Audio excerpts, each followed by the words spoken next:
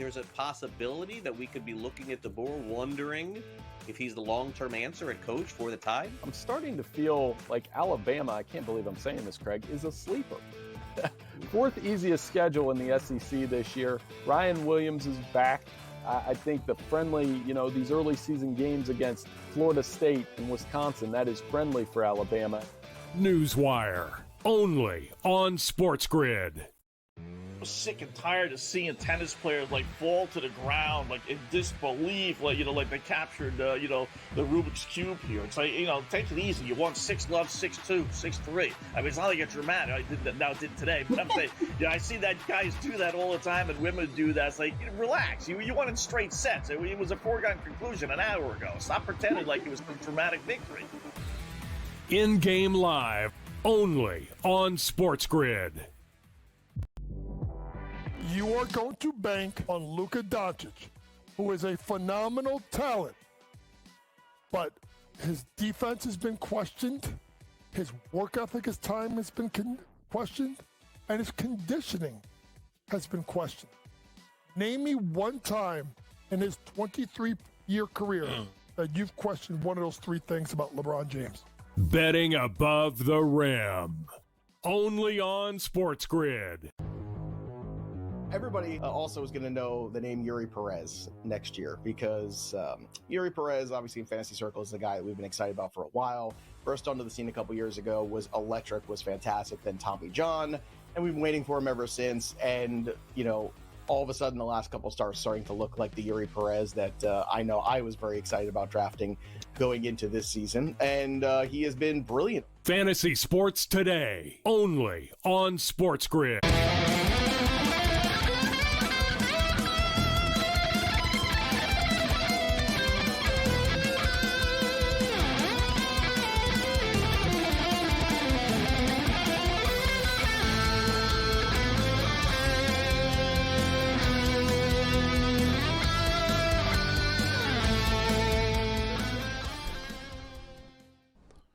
Let's roll. This is SportsRage. I am Gabriel Morency, the best of players, the hustlers, the people, the bust them, and everybody else in between. Let's do this thing. The Friday Night Freak Show has begun. SportsGrid Radio and Television Network, Sirius XM Channel 159. We got a full house throwing it down here this evening. We've got Lou, Gamblu.com, kicking with us from the desert plains in Arizona, UFC 318, Dustin Poirier's swan song. Or at least he says, but I actually do believe him. Unlike the band Kiss, I do believe the Diamond when he says that he's done after this fight. Does he ride off into the sunset with a victory? We break it down. He's fighting a badass in Max Holloway, and that's why it's the BMF belt, the Badass Mother Phantom belt, but it's not Phantom. So we'll break that down with Lou. Rob Vino kicks it with us this evening. Rob Vino was out of the rotation last week. Hell, I was out of the rotation last Friday night, but Vino steps up and in. Vino loves to lay it down on the CFL. And speaking of the CFL, we're at the half right now, and it's been a pretty, wild game. There's been a bunch of turnovers and a little bit frustrating. There, you could argue there should be more points on the board right now than there is. But with that being stated, they still managed to put up 30 points in the first half. The problem here is, number one, Calgary are like the real deal. I told you guys before the year started, we like the Calgary Stampeders. We posted our pick, over 6.5 wins. Everybody thought they were going to be terrible this year. I'm a big Vernon Adams guy. I like what they did in the offseason. I like P.J. Walker at the backup quarterback position as well. And Dickinson, needed to be good this year. As much as he's a legend, the head coach and general manager, president, the dude runs the franchise, patience was wearing thin in Seatown. So I was a little bit bullish on this Stamps team, and it's the first time all year I've actually bet against them, right? They're 4-1 straight up. They're 4-1 against the spread. The only game they lost was in a monsoon, and it really was really bad weather, and they lost 20-12 in that game. But every other game they've won. This is a revenge spot for the Bombers, and I walked right into it. I'm like, yeah, we'll go with the Bombers tonight. But Zach Collaros has gotten injured. And Zach Collaros isn't old in the real world, but he's been in this league a long time, and he's been beat up a lot. So, like, he's old. You put it this way. He played with Travis Kelce, right, and Jason Kelce, right? He was roommates. That's why he's buddies with him. And you see the Caleros hanging out with Taylor Swift and stuff like that at Super Bowls because he's buddies with the Kelces because he played with him at Cincinnati. But, so, to put in context, one of the Kelces is done. The other one is close to being done. And Zach Caleros is still pretty good when he plays, but he does get hurt all the time. They got Chris Streveler in, who started NFL games before, right? For the Arizona Cardinals. So Streveler's been around. He's more of a dual threat type of guy. He can throw it, but not great. So I got to be honest with you. Like, if Chris Streveler plays in the second half, I think the Calgary Stampeders are going to beat him again. Like, the Stamps team are not letting up. Like, they're too young and, like, they just don't care. Got a bunch of rookies on the team, and they're just bringing it. So, for the record, now the Stamps are 3.5-point favorites in this game. Total is 55.5 now. Total closed at 51.5. We obviously are on the over of this game, and we were also on over 55.5. We took this number earlier in the game, like basically when it was 7-3 or whatever, and it's still 55.5. I have my concerns. I went big on the in-game. I have my concerns now about the quarterback situation with Streveler. The thing with Streveler is, though, he can take off and pick up at the first down. Another thing with Caleros is he's not as good as he used to be.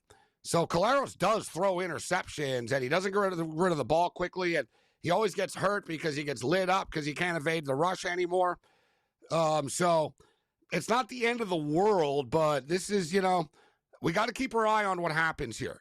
Like, Caleros did jog off the field, but he was never seen again. So you got the half here right now. Let's hold off and see what happens. So basically, we're already on the over. Let's pray it can still get there, and I think it can. It's been a wild night so far, and the second halves are always crazier. But let's see if Caleros can pull a Willis Reed or a Paul Pierce, roll him out or something like that here. Like, after 45 minutes off, maybe they're just tweaking something. So we'll keep our eye on this. Major League Baseball, we'll obviously be keeping our eye on the Dodgers and the Brew Crew tonight. Milwaukee handled the Dodgers before the All-Star break. So first game back for these teams.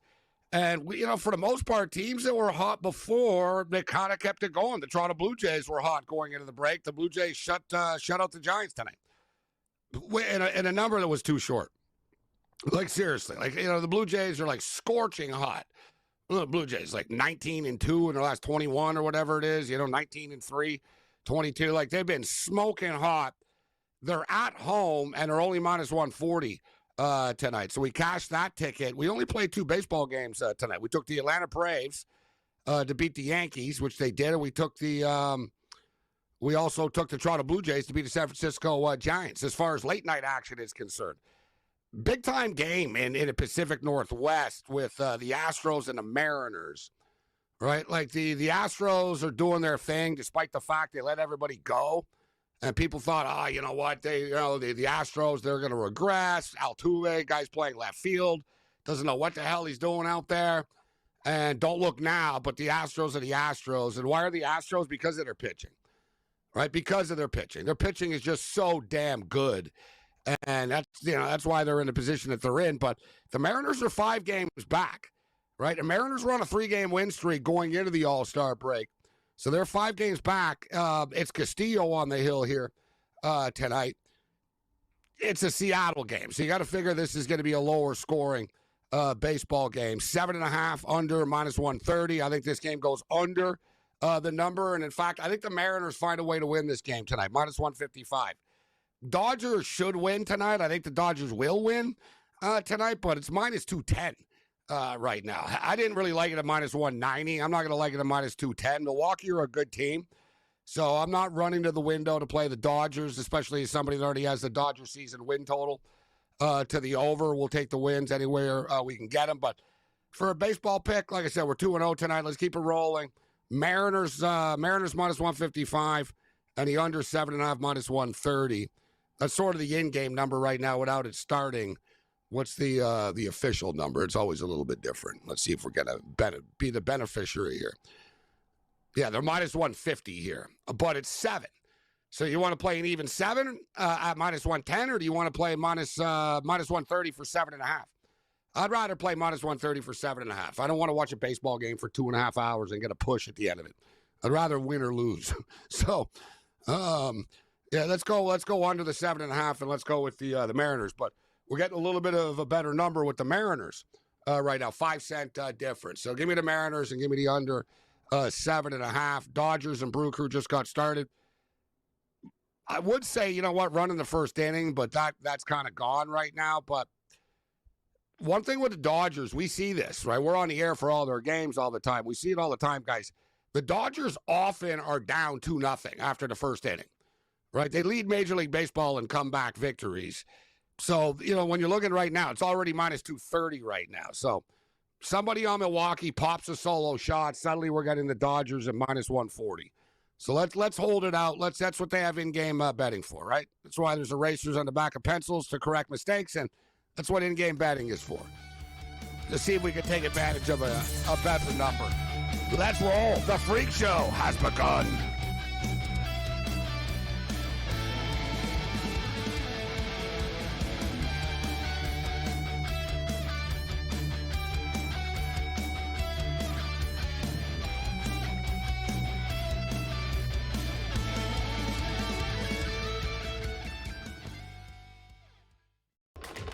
Enter into the magical world of McLuck.com, where even the smallest of spins can win real cash prizes. Adventure into over 1,000 of the best Vegas-style slot games. So what are you waiting for? Unlock your free welcome offer today. Join the fun where winners play and players win.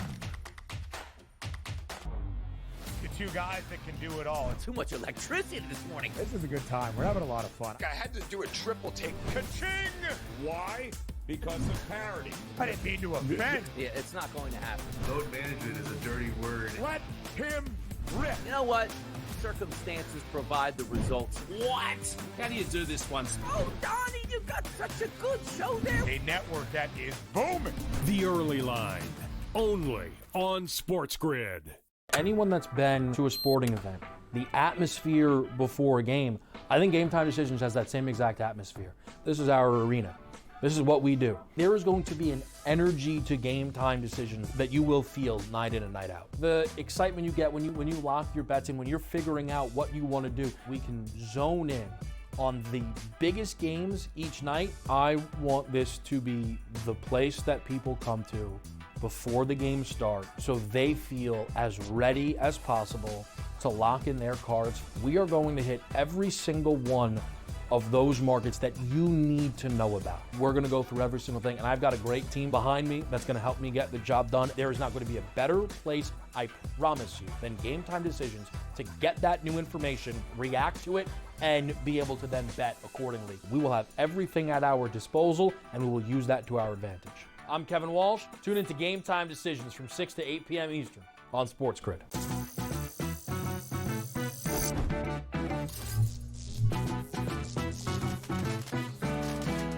Did you know sportsbooks tend to draw up tighter bet lines for events that get even more bettors, like championship games or major matchups? My tip, try betting on less popular sports. You might have a better shot at beating those odds. Now, go get lucky. See you in Las Vegas. Let's get lucky.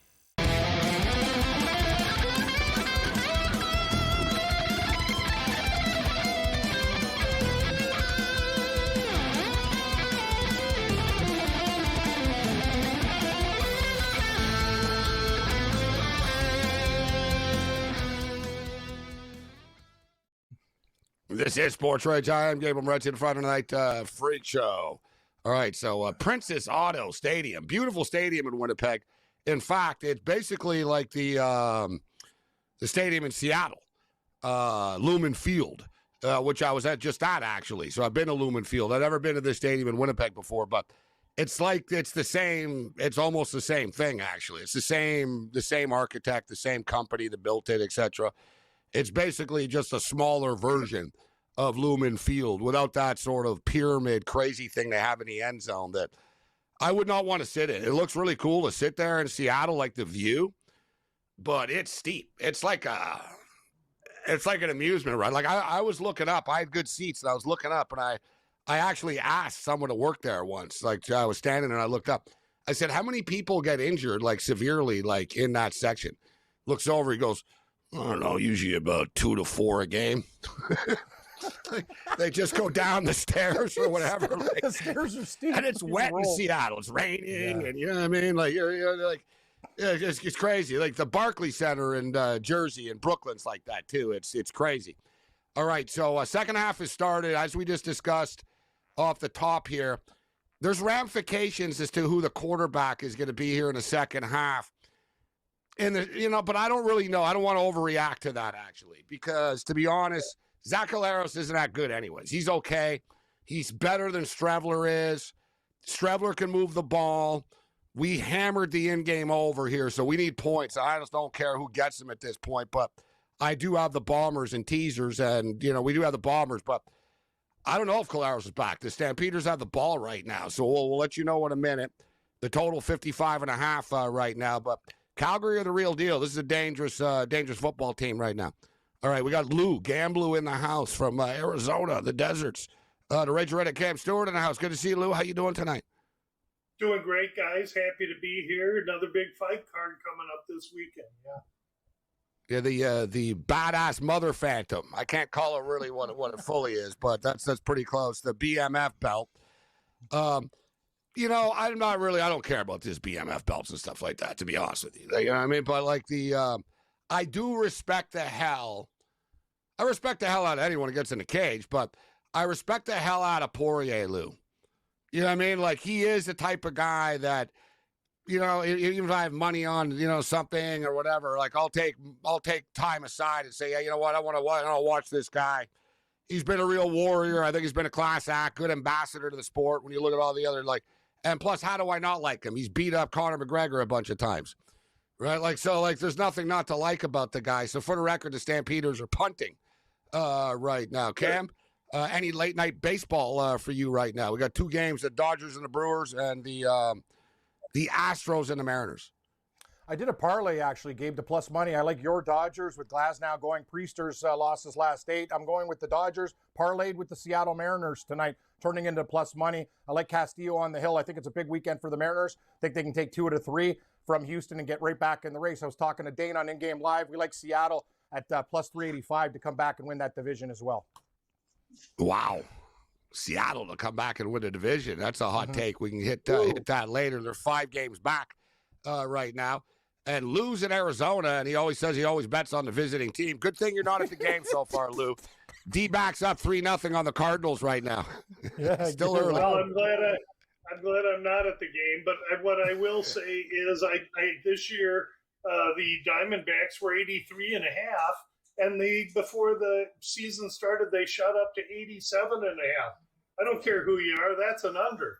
And so I'm on the under Arizona this year, and if they end up sellers, it could benefit my position. And, you never root for injury. No one wants to root for injury. I never do, even when you have a bet.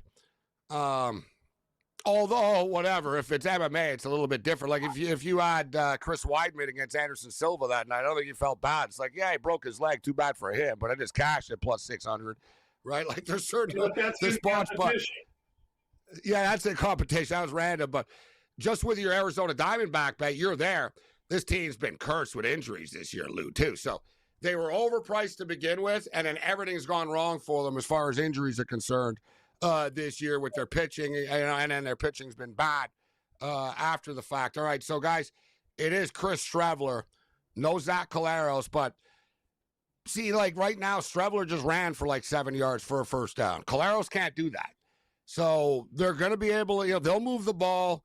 It's going to be choppy when they throw, and I would expect a lot of deep passes. And this is not ideal for our total here. That's exactly because the thing is, Collaros will throw interceptions when he throws the ball, right? So it's like Collaros like Daniel Jones or something. He helps overs.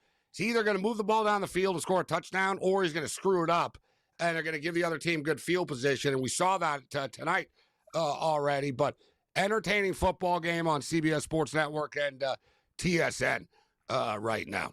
All right, Lou, so we got about a minute and a half before the break, but as I was saying, to set the table, they're down in the Bayou. Dustin Poirier says that this is his last ever fight, and he's going against Max Holloway again. Holloway, minus 138 favorite, I see right now. And, you know, something I noticed, Lou, at the stare down today, they respect each other and all that. It wasn't hostile, but I sort of got the feeling that there's so much talk about Poirier and stuff that people are sort of forgetting, like, that this is big for Max, too. He doesn't want to lose to this guy again, right? And I also almost think that the hometown stuff and the last fight stuff can be more of a negative than a positive, to be honest with you. So what do you think about the number? The odds makers slightly agree, Lou, with Holloway being the moderate favorite here. Poirier opened minus 150. Now it's gone to Max minus 138. You say 140. So that has to be discussed. Why is Max getting the money? This fight's in Poirier's backyard. This is Poirier's coronation, if you will. It's his going away. So there's a lot to discuss and a lot to unravel, and we'll do it, I'm sure, on the other side. Yeah, well, I'll tell you what, as someone that was recently in New Orleans, so they're at the Smoothie Center here. I would almost rather get in the cage than walk around outside that place at 3 in the morning. I'll be like, I'll fight the UFC fight.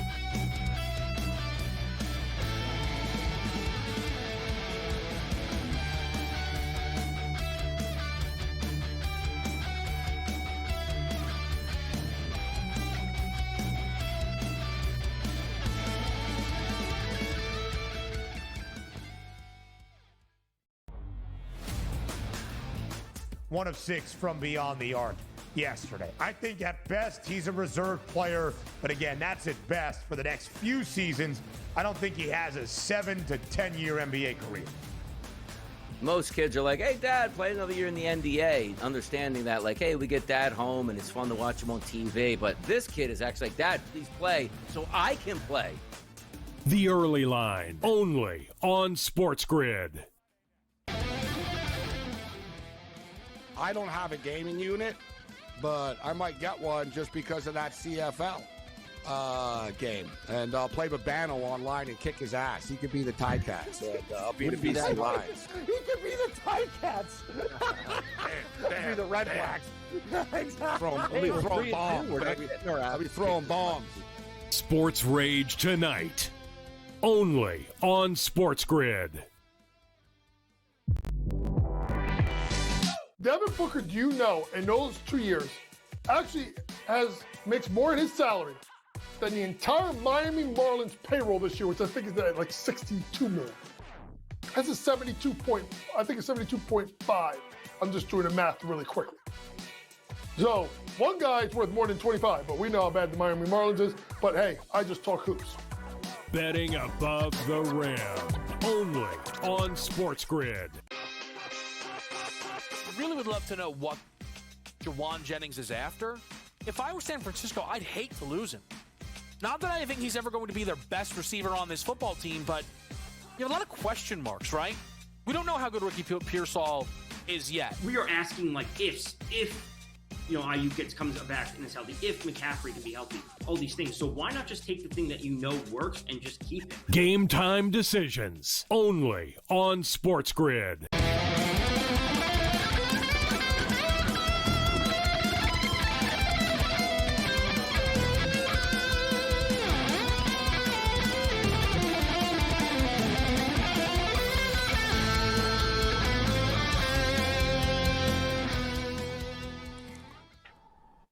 Chris Traveler just threw a bomb into the end zone.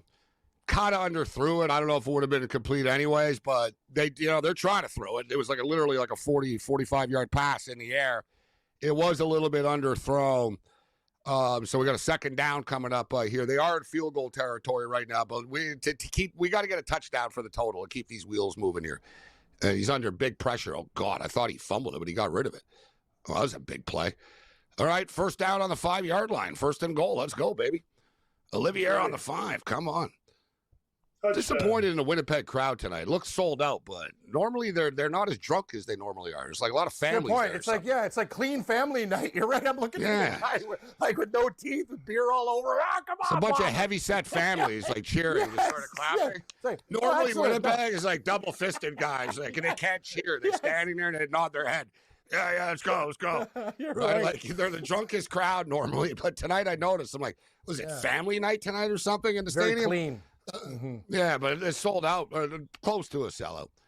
All right, so we were just talking about New Orleans. New Orleans is a lot of fun. Like, I like to go back. But when I was there, I was like, man, oh, you got to be kidding me. The worst possible thing just happened. Strebler threw an interception on the goal line. You got to be effing me. God. That's so a total telegraphed. killer. You got to be kidding me. Strebler's Gabe, we talk about it. Strebler, his mechanics throwing are god awful, but he can move his feet. But that just can't happen. You're taking points off the board. Throw it against his body, brutal. Why are they throwing the ball? To the border? Yeah, exactly. And Lou, they have the best running back in the league. I was going to say that. You're on the 5, just freaking run the ball a couple of times in a row. You'll get in the end zone. The hell, he rolled out, he forced it, he threw it across his body, and it gets picked off on the 1. You got to be kidding me. Like, that was 7 points off the board. The Bombers would have taken a lead. That's a nightmare scenario right there for us bettors. The Stamps are minus 3.5 right now. Bombers still plus 3.5, and the total's locked. It'll unlock in a second here. It's probably going to be like, I don't know, 48.5 now or something like that, but that was freaking frustrating, man. I was about to be in a good mood after that touchdown. And even worse, Cam, like, he returned it. Like, if they would have tackled him on the 1, it would have been like, all right, whatever, dude. Just, like, get the ball back. Right? But no, you got to let him return it to the 12-yard line or whatever after. Point, you throw the ball away there. The play was dead. You threw against your body. The DB on Calgary anticipated it, broke, caught it, and then and they got a few yards on the return. That's just a horrible, stupid play. There's time. You live another day. You have another down. You throw it away. And I agree with you. They should have had 2 runs and screen passes. Don't make things difficult with a backup quarterback. Man, that you was got to look frustrating. at the coordinator. You got to look at the coach and the coordinator. You're right. Come on. Yeah, you know what, though? The quarterback that's in here, the reason he's a backup, this guy started, in fact, Lou, in your backyard. Yeah, Strebler started for the Arizona Cardinals before. So we're talking about a quarterback that is experienced. He's been in the CFL. He won a Grey Cup before. He went to the NFL. He came back to the CFL. But he's older, right? One of these dudes, father time, Lou, like fighting. Oh, you know what? I think I can land this punch. No, you can't. Like, you telegraphed it. Like, 5 years ago, Strebler completes that pass. Now, whatever. Now a younger 24-year-old kid just picked it and jumped in front of it. Welcome to the cycle of life, but that freaking sucked. Welcome to right the there. cycle of life. Very yeah. true, though. Yeah, that guy's fast. Charles Darwin and Gabriel Morency here. Exactly.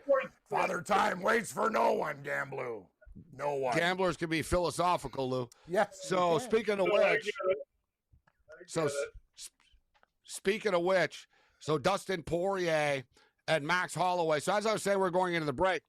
This is a big fight for Max Holloway. There's so much focus on Dustin Poirier's retirement and all that, but as far as Max Holloway's career is, this is almost, I'm not going to say it's a must-win. He's not getting let go or anything like that, but it would be devastating to him psychologically to lose to Poirier again.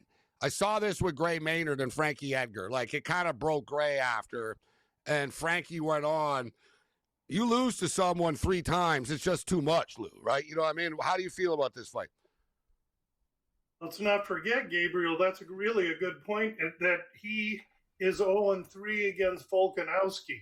So, yes. Wow. You also you hit it on the head. That's an 0-5. So there's pressure surely on Max, but he's loose. He's coming in here with the knowledge of how he fought in his last fight at 55, which was Gaethje, understanding that he cut weight to 45 and really compromised himself. So how does he react to going back to 55? I think pretty well. All right, we'll hit it on the other side, we promise. And now Winnipeg nearly picked it off, but they didn't.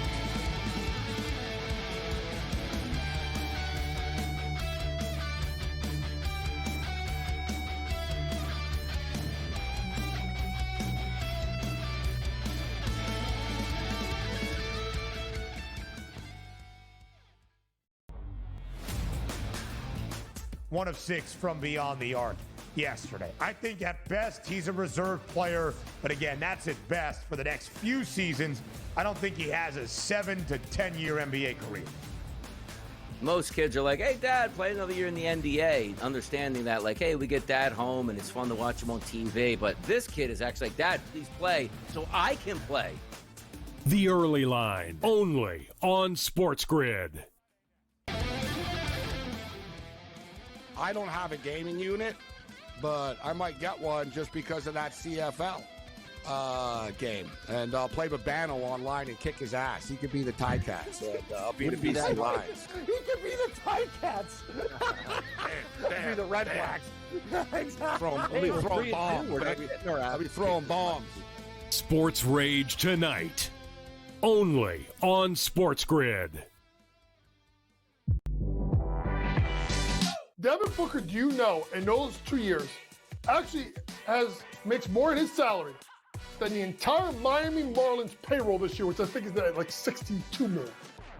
Has a 72.5. I'm just doing the math really quickly. So one guy's worth more than 25, but we know how bad the Miami Marlins is. But hey, I just talk hoops. Betting above the rim, only on SportsGrid. I really would love to know what Jawan Jennings is after. If I were San Francisco, I'd hate to lose him. Not that I think he's ever going to be their best receiver on this football team, but you have a lot of question marks, right? We don't know how good Ricky Pearsall is yet. We are asking like ifs, if Ayuk comes back and is healthy, if McCaffrey can be healthy, all these things. So why not just take the thing that you know works and just keep it? Game time decisions, only on SportsGrid.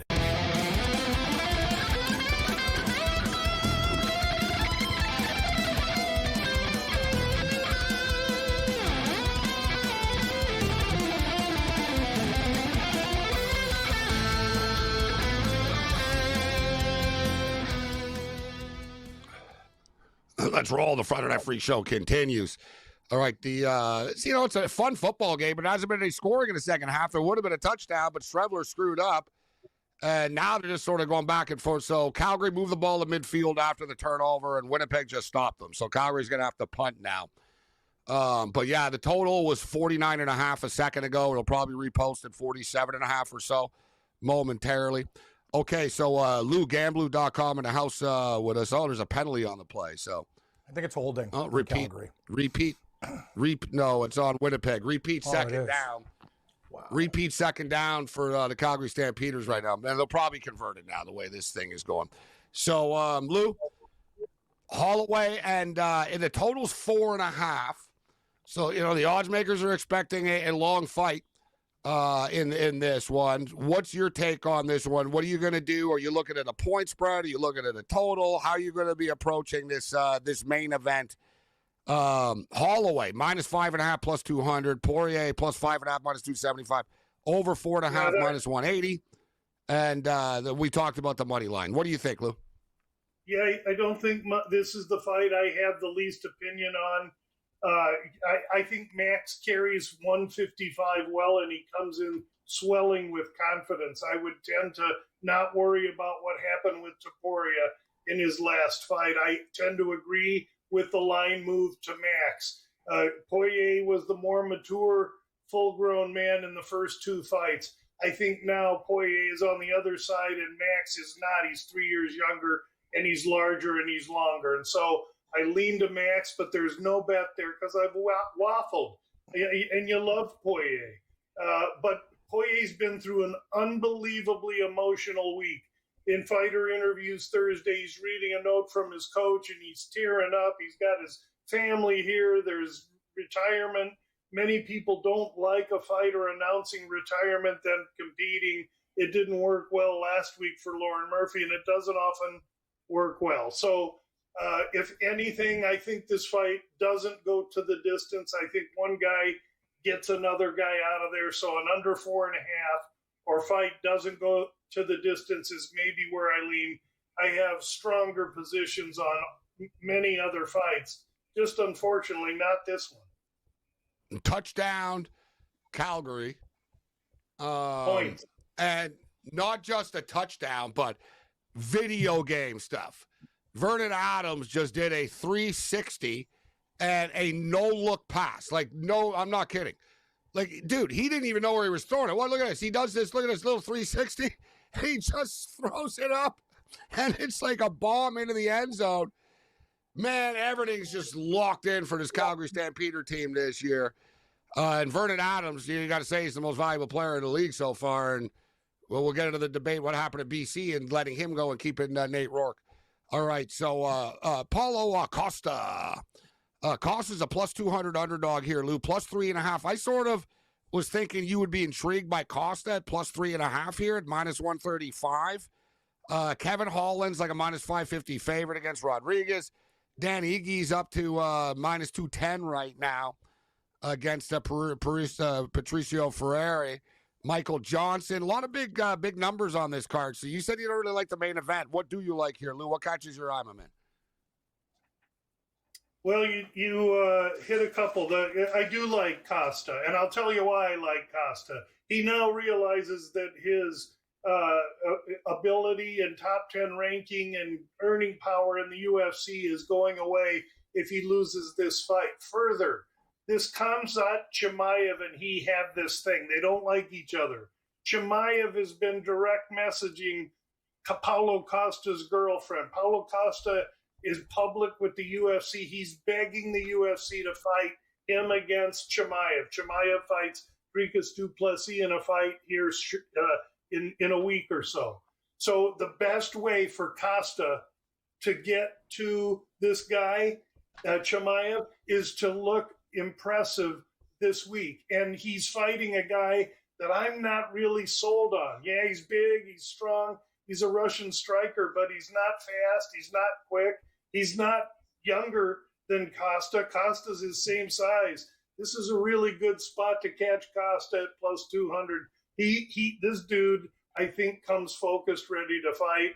The other underdog I like a little is another knucklehead, goofy, and Vittori, I think, is a middleweight fighter as well. And he fights this Brendan Allen. These two guys have gotten it on in casinos in Florida and had to be broke up.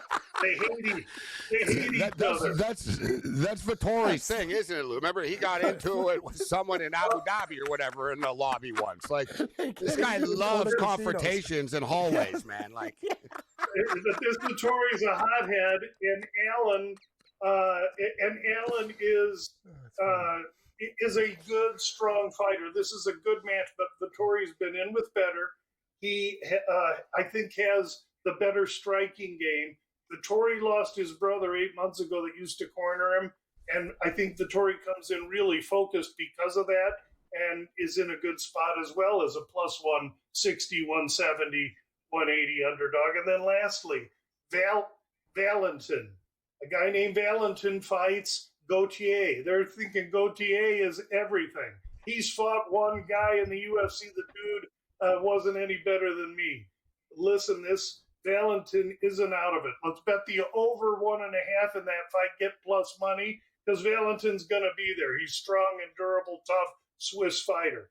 And I also took a little bit on Valentin, just some milk money or some lunch money at plus 475 or so. That price is out of whack. He's going to be way more competitive than that as well. Here's our points, Gabe. You take Valentin plus 3.5, and you still get plus 275. That's really where you can make a nice little wager. That's what I was going to say, Lou. I mean, I'm seeing plus 280 here, plus 400 for the fight, but love where you're going with this, Lou. And we don't have to win every pick here, guys, but, you know, look at Costa, plus 200. Costa, plus 3.5, minus 135. If we played that, that would be the only minus money pick that Lou just discussed here. Vittori, plus 170 to win the fight. You just talked about Valentin. Over 1.5 is plus 130. That's plus money. Plus 3.5 on the handicap is plus 280. To win the fight is plus 400. I mean, Lou, we just have to hit a couple of these and it's a profitable night. That's the goal. I mean, if we could go 50-50 and just take a little away, every single day, nobody notices us. Nothing. You just keep trying to make small little deposits each day. If you get lucky and hit a few, great. And this is betting underdogs, and you should lose some. So if you don't have a belly for losing, or if you're going to go 3-2, lose a few dollars, then maybe this isn't for you. But overall, I think approaching fights where you bet something where you can win more than your initial bet has really worked well for me. It just requires some study and a little bit of due diligence. Lou, Gamblu.com. Lou's got a podcast as well where he breaks it down. Lou, where can people tuning in right now find you throughout the week? Yeah, easiest place is Gamblu.com. That's the web page there. You can get the Sneak Peek podcast, which is an opening line report for every UFC card right on the front page, or you can go to Apple Podcasts. Then the About Business podcast, my final releases are made Friday, and they go to clients earlier in the day. They've been privy to already have these releases, but what clients get is what I end up sharing with you guys. They just get them first. I'm not smart enough to give some guys some and some guys others, but before I know it, I don't know what I'm doing. So we just keep it simple. Lou, Gamblu.com in the house with us. Reminds me when we had Jim Feist on before the Super Bowl. And I said to him, yeah, listen, Jim, you don't have to give us your side here. I know you're selling the picks of the game. He goes, me giving my pick on your show won't affect my sales.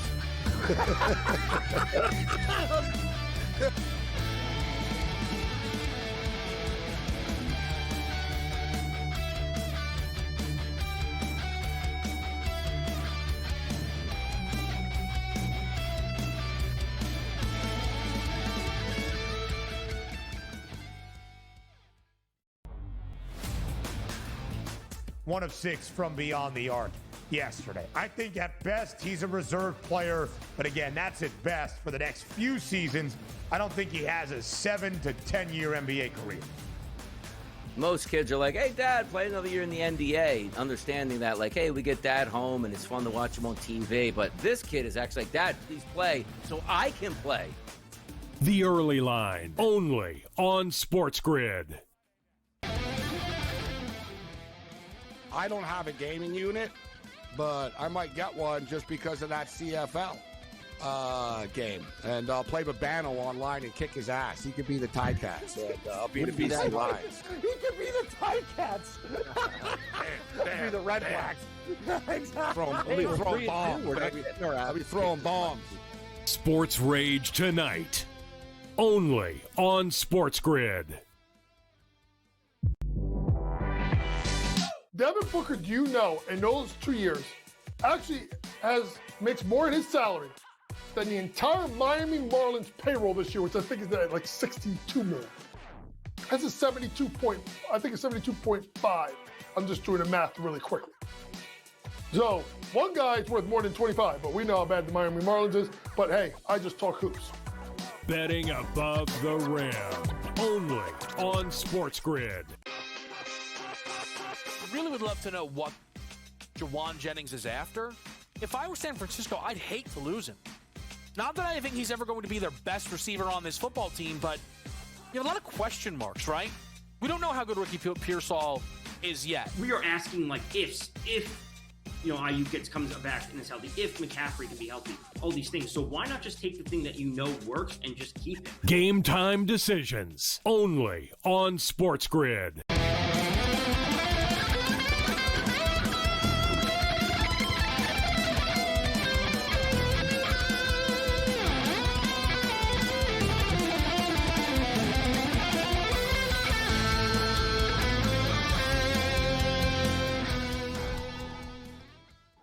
This is Sports Rage. I am Gabriel Morency.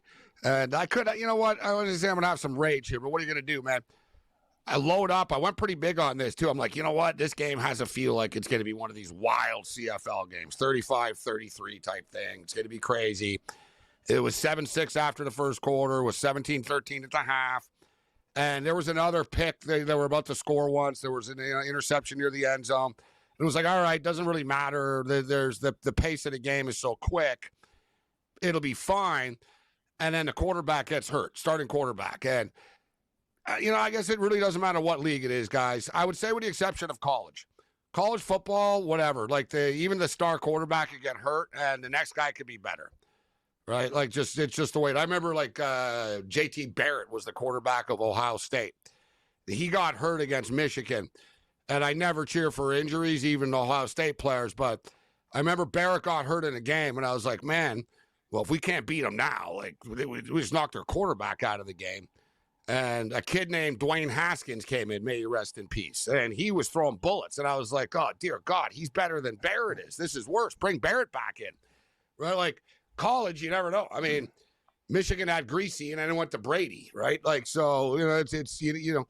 But the CFL, NFL, man, you get your backup quarterback in here. It turns into a nightmare. And look, Winnipeg should have scored. He turns the ball over on the 1 yard line. Just brutal, but it is what it is. Let's hope for a classic ending, CFL style. We got pretty much a full fourth quarter left here. Let's bring in Dave Delano, Get Sports Strong, hitthepick.com. Dave Delano in the house. What's going on, Dave? How you doing? I'm doing great, and I think it's been a while since I talked to you. I wanted to tell you before we get started, congratulations, man, on the wedding and everything. I appreciate the kind words, Dave. I never really thought it would kind of, never picture myself getting married on a golf course in the middle of a Saturday afternoon. But it was a great day, and thank you very much, Dave. But yeah, good to see you, my man. It's been a couple of weeks, and congratulations on your family. I know you've been busy as well with your family. How's family life treating you, and capping games at the same time? Sound like I got a wife and I got a couple of cats. Like that's about all I can handle. Maybe a cactus. That's a couple it. Like, cats and a cactus. somebody asked me, "You gonna have kids now?" It's like, no, we're not having kids. No, kids. No, that's it. Cats. Yeah. No, you're right. Capping games with a 5-month-old now, and people ask like sometimes the schedule, try to figure it out, and I've got a boy who's 7 playing basketball as well. 8 in the morning tomorrow, so definitely keeping me busy. But you picked the right time to do it, man. You picked the slowest sports time. Never going to interfere with. Well, it's going to interfere with the CFL. I know you're a big Canadian football guy. There's only 4 games a week, though. College a little different, man, which is coming up or around the corner. All right, so speaking of games beside the CFL, and I don't know what the hell happened, but Calgary had the ball again already. They scored a touchdown, and they're moving the ball. They're on the 40-yard line again. So Winnipeg are like done. This game's turning into a blowout quickly soon. It's 24-13 with 13:30 left. First down Calgary on the Winnipeg 39-yard line. I like to see another touchdown. Let's just get a bunch of points here. But baseball, it's been playing to the under so far here, Dave. So I'll ask you, Brew Crew, Dodgers, did you play this game? And Houston and Seattle, I imagine you did. Dave is in the Houston area, and I know we talk the Astros a lot. I took the Mariners in this game, but I took the under 7.5 at -130. We're scoreless right now still in this game, but there are, did they get out of the inning? Yeah, they did. So we're scoreless going to the bottom of the third here. What's your take, Dave? So I played one of those. I did play the Dodgers and the Brewers. I actually took the Brewers at +160. Dodgers, I mean, I know they're the favorite, and they still look like the best team overall when it's all said and done. But they got swept by the Brewers and the before the All-Star break. Brewers have been playing well, and I just think that price is a little bit crazy. It's still tied right now. So right now, I'm on the Brewers and also on the Diamondbacks. I think they look like they're probably going to be sellers, but they've got this next 7 to 10 days really to make some decisions or for guys to even improve their trade value there. So didn't see a lot of value with that Astros game, but I am on the Brewers and the Diamondbacks tonight right now. Yeah, good look right now for D-back batters. They're up 5-0 on the St. Louis Cardinals. Rockies up 6-4 on the Twins. You on the Rockies tonight, Cam? You gonna head for the hills, the bush? I actually am. Yeah, I feel like a nice cold Coors Light, Gabe. Yep, I'm on the Rockies. I can't lay that juice with the Twins. You want to talk about another team that'll let you down? The Minnesota Twins. They're money burners. Colorado is just nice dogs at home tonight. Yeah, I actually bet the Rockies. Gabe, you know me very well. You might as well be my bookie. So the 12:27 left in the game. Calgary's just got a big first down, and Winnipeg are getting frustrated now. I got to tell you, the play calling for the Stampeders is brilliant. Dickinson's dialed in. He's going left. He's going right. He's going up the middle. He's running the ball. Like, they've got Winnipeg on a swivel right now. And Buddy picked up the first down, and all he did is he just did the first down type thing. And Buddy on Winnipeg freaking smoked him in the head after. Like he lit him up. Like, it was like, dude, like, but as someone had bet the over, I'm like, good. Give me the 15 yards. Like, finish this off, though. Put it in the damn end zone. Put it in the end zone. They're running the ball. God. Come on, guys. Don't get complacent here. But you know what? They moved the ball down the field pretty quickly here. Let's just keep this party going with the points. Dave, I saw you the other day talking about the NBA Summer League. I have a future with the Toronto Raptors to win it, win the Summer League at plus 350. They're into the Final Four. So these games tonight, they don't, not that they mean anything, but in the first place, but you know what I mean. These games going on right now, they're not part of the playoff, the Final Four. But did you bet any of these, the two NBA Summer League games tonight? I didn't bet any Summer League games today, but I did write a piece about the games tomorrow. And guess plug it real quick. I've just about a month now, I've got a new YouTube show called Rockets League where I've been watching all the bad Rockets games. So,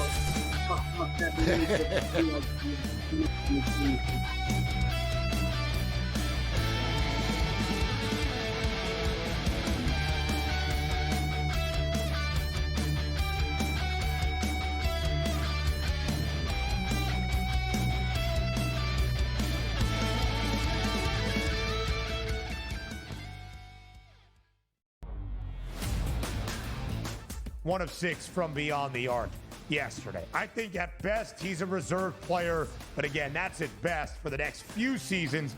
I don't think he has a 7 to 10 year NBA career. Most kids are like, hey, Dad, play another year in the NBA, understanding that, like, hey, we get Dad home and it's fun to watch him on TV. But this kid is actually like, Dad, please play so I can play. The Early Line, only on SportsGrid. I don't have a gaming unit, but I might get one just because of that CFL game. And I'll play Babano online and kick his ass. He could be the Ticats. And I'll be the BC Lions. He could be the Ticats. Could be the Red Blacks. Exactly. I'll be throwing bombs. I'll be throwing bombs. Sports Rage tonight, only on SportsGrid. Devin Booker, do you know, in those 2 years, actually makes more in his salary than the entire Miami Marlins payroll this year, which I think is at like $62 million. Has a 72.5. I'm just doing the math really quickly. So one guy's worth more than 25, but we know how bad the Miami Marlins is. But hey, I just talk hoops. Betting above the rim, only on SportsGrid. Really would love to know what Jawan Jennings is after. If I were San Francisco, I'd hate to lose him. Not that I think he's ever going to be their best receiver on this football team, but you have a lot of question marks, right? We don't know how good Ricky Pearsall is yet. We are asking like if Ayuk comes back and is healthy, if McCaffrey can be healthy, all these things. So why not just take the thing that you know works and just keep it? Game time decisions, only on SportsGrid.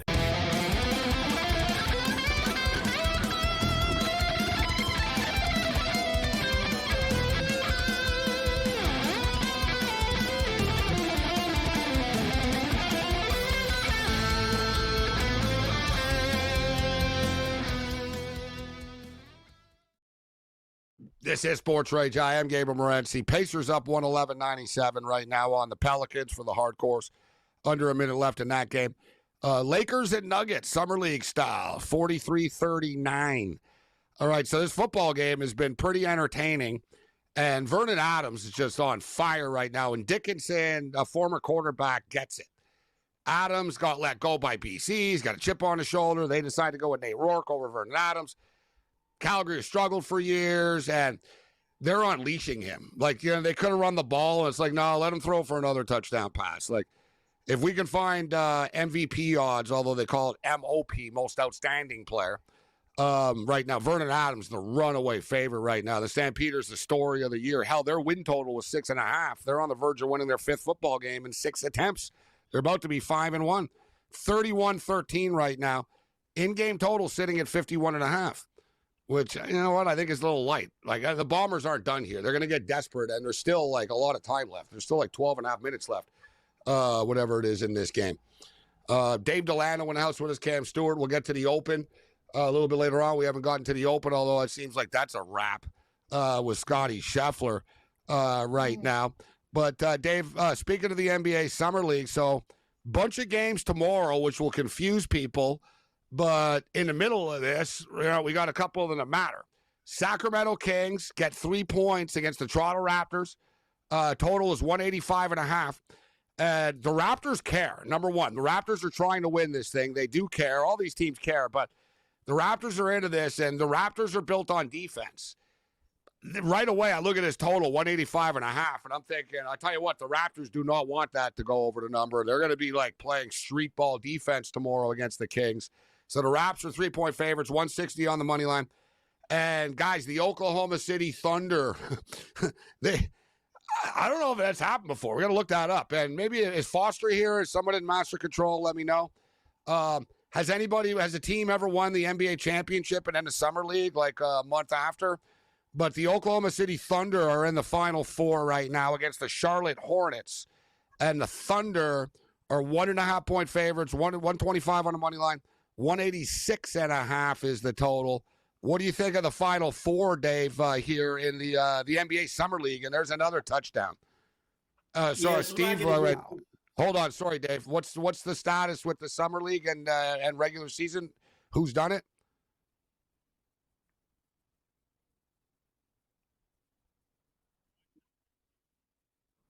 Who? The Warriors. Warriors. All right, okay. The Warriors. All right, you know what? I'm to the point now. If I have to pay for mics for you guys in Master Control, I'll just pay myself.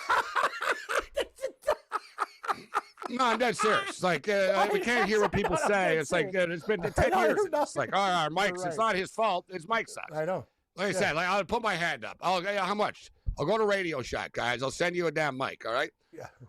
Put it on my account. Like, put it on Morency's like, who? Radio Shack. What are you talking about? This guy's cutting in and out of my ear. I'm like, I know. You're like, what? Stop. I go, what? I didn't hear him either. I didn't know what the hell he's talking about. Dinner? Yeah, it was Warriors. Wow, I didn't know. That's the Golden State Warriors in 2013 won the title. All right, they're the ones. So, all right, sorry, Dave, just getting upset there. What do you think, Dave, in the Final Four? I'm not getting too technical, but I think it's worth taking both of the dogs here on the money line, maybe sweeping or even splitting and profiting. So I do like the Kings, like you mentioned. Toronto built on defense. Kings have been shooting the lights out, so I do like the Kings. And I also like the Hornets as a 1.5-point dog there in the other game against the Thunder. Another one just to point out, though, Minnesota Timberwolves and Houston Rockets. Minnesota 4-0. They were the other 4-0 team, but they got beat out breaker with the points. Now they're going up against the Rockets, who are 0-4.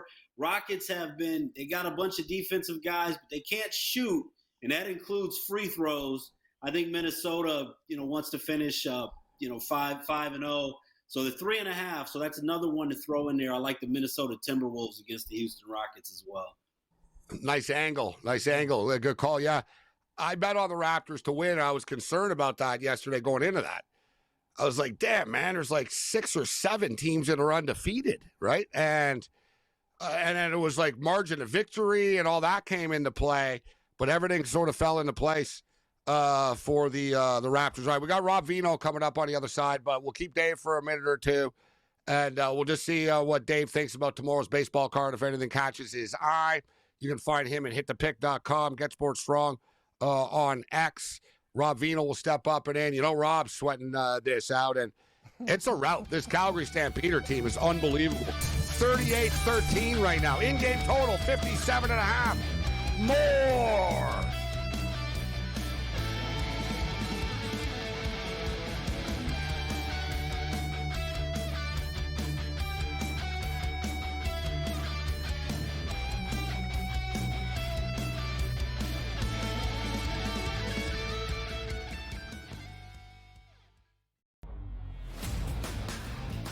1 of 6 from beyond the arc yesterday. I think at best he's a reserve player, but again, that's at best for the next few seasons. I don't think he has a 7 to 10 year NBA career. Most kids are like, hey, Dad, play another year in the NDA, understanding that, like, hey, we get Dad home and it's fun to watch him on TV. But this kid is actually like, Dad, please play so I can play. The Early Line, only on SportsGrid. I don't have a gaming unit, but I might get one just because of that CFL game. And I'll play Babano online and kick his ass. He could be the Ticats, and I'll be the BC Lions. He could be the Ticats. Could be the Red Blacks. Exactly. I'll be throwing bombs. I'll be throwing bombs. Sports Rage tonight, only on SportsGrid. Devin Booker, do you know, in those 2 years, actually makes more in his salary than the entire Miami Marlins payroll this year, which I think is at like $62 million. That's a 72.5. I'm just doing the math really quickly. So one guy's worth more than 25, but we know how bad the Miami Marlins is. But hey, I just talk hoops. Betting above the rim, only on SportsGrid. Really would love to know what Jawan Jennings is after. If I were San Francisco, I'd hate to lose him. Not that I think he's ever going to be their best receiver on this football team, but you have a lot of question marks, right? We don't know how good Ricky Pearsall is yet. We are asking like ifs, if Ayuk comes back and is healthy, if McCaffrey can be healthy, all these things. So why not just take the thing that you know works and just keep it? Game time decisions, only on SportsGrid.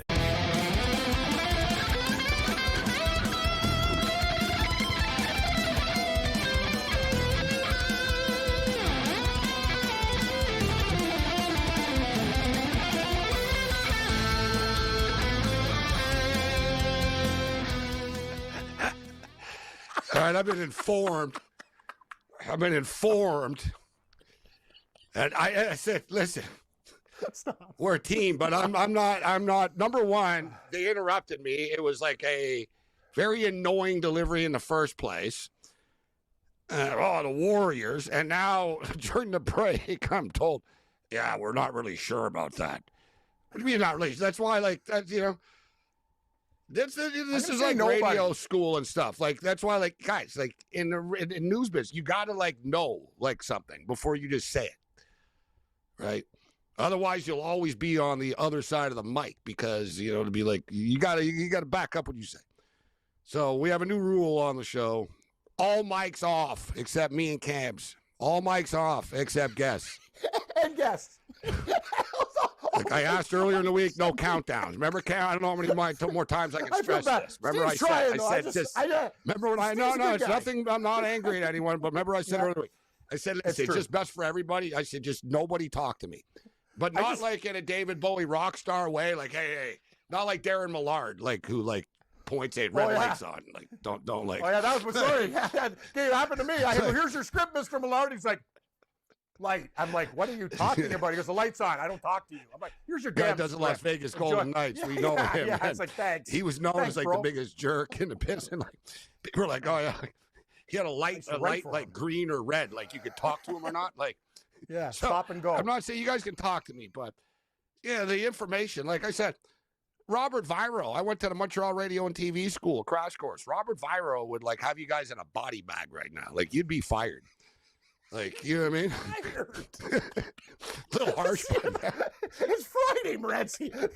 You got Steve all worked up and scared. The thing that I want to know, though, is that, Gabe, why did you guys just throw out Warriors? No one ever won before. You just made you pull out of your ass. The Warriors. Like, what was that team? The Warriors? Yeah, it might have been the Warriors. Yeah. You guys are the best. I don't even think when I said it too. I'm like, I don't even know the Warriors won in 2013. Sounds like a long time ago. Like, I gotta believe there's been no team to win the Summer League and championship. That's my guess. Like, there's no way. That's hard to do both. Got to answer my own question. All right. Sorry, Dave. It's Rob Vino as well. Sorry, Dave. Sorry, Dave Lightsey's like, geez, I just have a newborn. I'm listening to you guys. Dave's the best. Every night it's something, Delano. I got to tell you. So, so baseball tomorrow, Dave. Anything catch your eye before we let you go here? Yeah, so I'll get through here. Before that, I got my eyes on. I like the Guardians minus 145. Severino, he's pitched a little bit better on the road for the A's, but they're 1-11 in his last 12 starts, so I like Cleveland. Tigers have been struggling. They did lose today, but plus 100 rocker for the Rangers, hard to trust. I think it's a good price for the Tigers to bounce back. Total, I like over 9.5 in the game between the Phillies and the Angels. Taijuan Walker doesn't go deep in the games. Phillies bullpen struggled, and Kikuchi has not been as strong on the road. So I do like that one to go over. And then also, I'm not gonna get crazy and take the Rockies, but almost as bad. I do like the White Sox. Adrian Hauser, they've won his last 4 starts and it's plus 120. So I do like Gabe, the White White Sox have been money. They've been money, Gabe. They're starting to win games. They murdered the Pirates. Like, I've actually bet the White Sox now. They're actually putting money in your pocket recently. They're playing good ball. Their young kids are stepping up. Exactly. I agree with you. I like them tomorrow again. Money to be made on bad teams at this time of the year.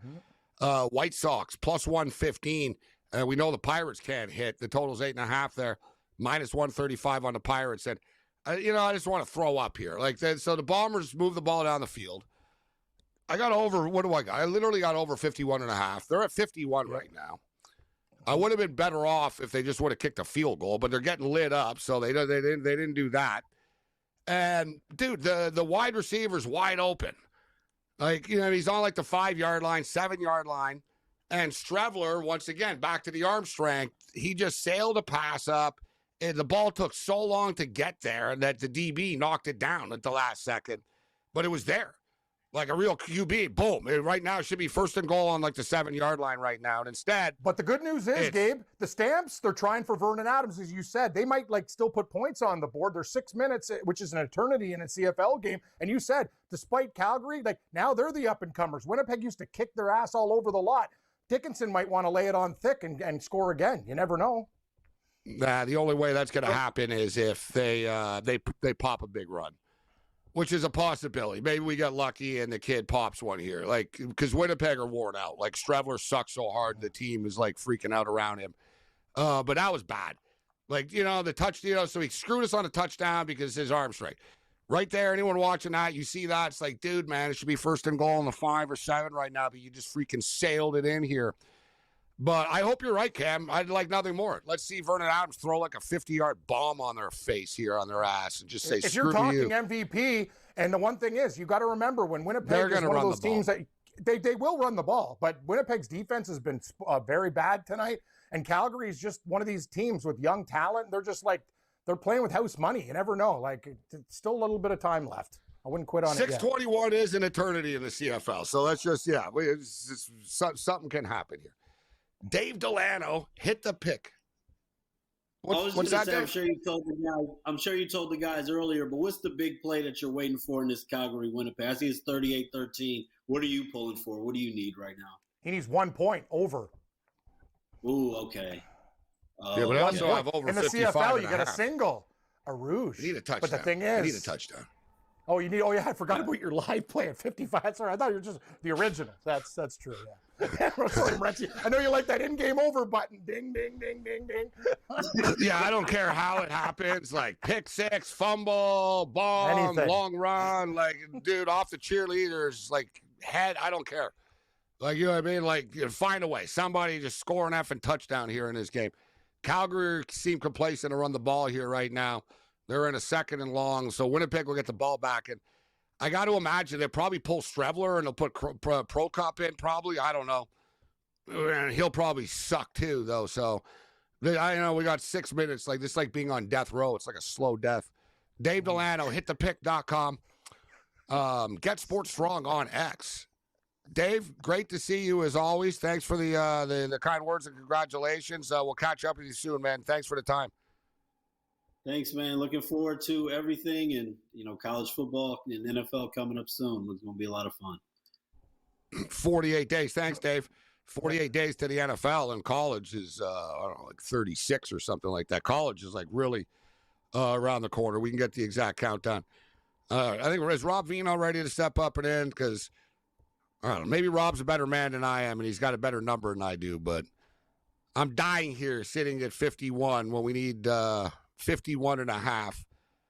God, this is like this Let's game has remember been one thing too, Gabe. so frustrating. There it is, 51 and a half. The Argos-Al game, you could win by the hook. In this game, these guys and their totals have been dead on, man. The first two games have been decided within a half point when you bought it, when you got in. That's pretty wild stuff. How the hell they got a first down after all that? They were in the long. They ran a draw and Winnipeg missed a tackle. These guys are done. They're just so there's another couple of minutes off the clock. This is just this is sickening. This is just absolutely brutal. 51 and a half, and they're at 51 right now. I don't know if there's still time, but we got one team that doesn't care about scoring anymore, and we got another team that's just too useless to score. So I don't see how this is going to work out for us. But this is very, very frustrating. 4 minutes left.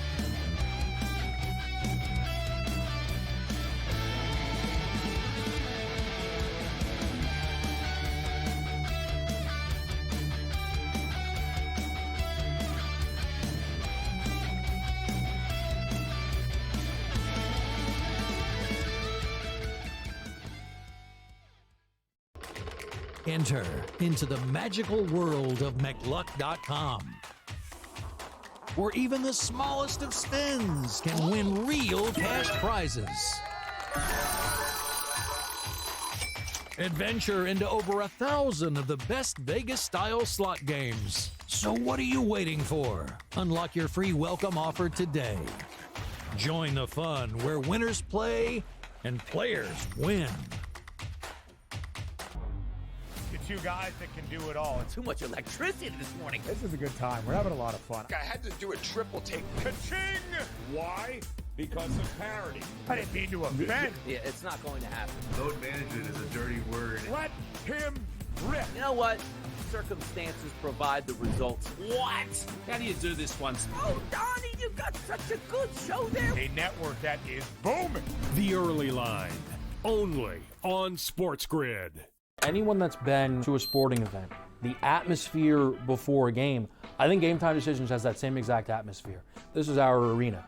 This is what we do. There is going to be an energy to Game Time Decisions that you will feel night in and night out. The excitement you get when you lock your bets in, when you're figuring out what you want to do, we can zone in on the biggest games each night. I want this to be the place that people come to before the games start so they feel as ready as possible to lock in their cards. We are going to hit every single one of those markets that you need to know about. We're gonna go through every single thing, and I've got a great team behind me that's gonna help me get the job done. There is not gonna be a better place, I promise you, than Game Time Decisions to get that new information, react to it, and be able to then bet accordingly. We will have everything at our disposal, and we will use that to our advantage. I'm Kevin Walsh. Tune into Game Time Decisions from 6 to 8 p.m. Eastern on SportsGrid.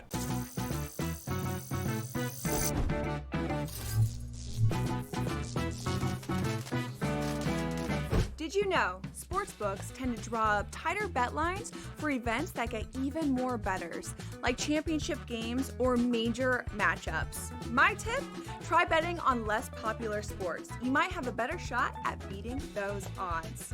Now, go get lucky. See you in Las Vegas. Let's get lucky.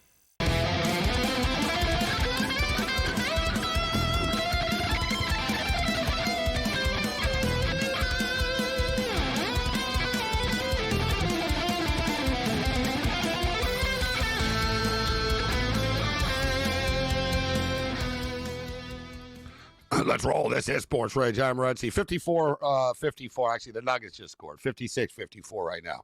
If you're a hardcore DJ with some summer league action, they're mid-third quarter.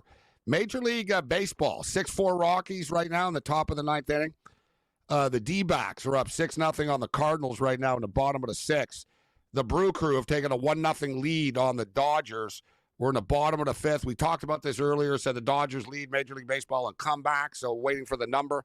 You get the Dodgers now minus 105, and they still have a lot of racetrack left to put runs on the board. So they're minus 105 right now. We're in the bottom of the fifth inning. There's one out, and the Dodgers are batting. and the Mariners are up 1-0. We're on the Mariners, and we're on the under 7.5 in that game, but we don't have nearly as much on that game as we do this football game that's incredibly painful right now. And now I got to look at a dude that attacks me and trolls me on Twitter and Luke Wilson talking. It's just making it worse. It's making my CFL fan experience worse. Yeah, my fan experience. I got no beef with him. I don't care. Well, I don't blame him for Chris Streveler sucking. But like, dear God, he's really bad. And it's awful. Like, think about it, guys. Like that, I'm still mad. Like the interception that would have been a touchdown, that was frustrating. And now Winnipeg have almost just tapped out. Now they're just running the ball. They're losing 38-13 with 2.5 left, and they're running the ball. Like, they're just giving up on Streveler.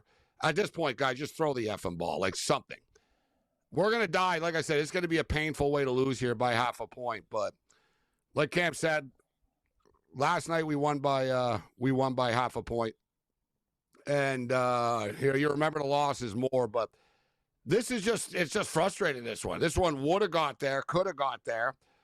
Caleros gets hurt. Streveler's freaking terrible. Can't complete a pass. What are they doing? Are they really going to punt now? They? Yeah, they are. They're quitting. Yep, it's over. Or no. No, you know what? They didn't get it, actually. All right, I look down here. I'm seeing what's going on with Rob. Yeah. Oh. Look at that stupid plane they have there. I want to crash that plane right now. Stupid plane. I want to do What like are they you did in talking Vancouver. I about? want to steal This it. is good. They're in the field goal range here. Are they at the 37? Yeah, All of a sudden, I know. Changed. What's his name? Podges? Paradas. Yeah. What's his name? Paradas. Do we have Rob now? Rob Vino now? I think Rob's with us. Surprised Rob hasn't sworn yet. I feel like. Yeah, what's up, Rob? How you doing? Kiki Hernandez. Between the game and the technical issues, figured Rob is about to start really dropping some F-bombs. What's up, Vino? Hey, Vino. Oh, man. Between all of that and, watching Streveler extend Calgary's lead from 4 to 24 faster than Grant took Richmond. I mean, it's absolutely insane. I got over 51.5. I don't have 51. I got 51.5. And I bet an in-game 55.5. I need one more touchdown, Rob. Streveler throws the interception on the 1 yard line that he never should have thrown. And I'm even madder about the last drive there, bro, when it was 3rd and 7. The guy was wide open on like the 5 yard line. Yeah. He sailed it, bro. Like you said, like the Titanic, took longer to sink than the ball took to get there to the receiver. Yeah, he's not a throwing quarterback. I think we know that throughout his career. And when you're depending on him to throw the football to get you back into it, they had that nice drive, like you say, Gabe, to start the second half all the way down inside I think it was 1st and goal from the 6. And then, going the wrong way for a right-handed quarterback, just not enough on it.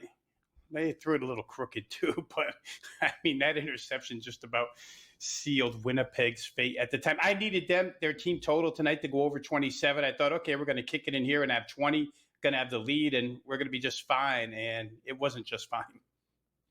I thought Streveler was older than he is. He's 30 years old, man. He sucks hard for a 30-year-old kid. 30? Like, that arm is 59, man. He's almost getting his ARP Tom Brady. card. Tom Brady's 50. Tom Brady's like 50 almost, and he's better. Seriously.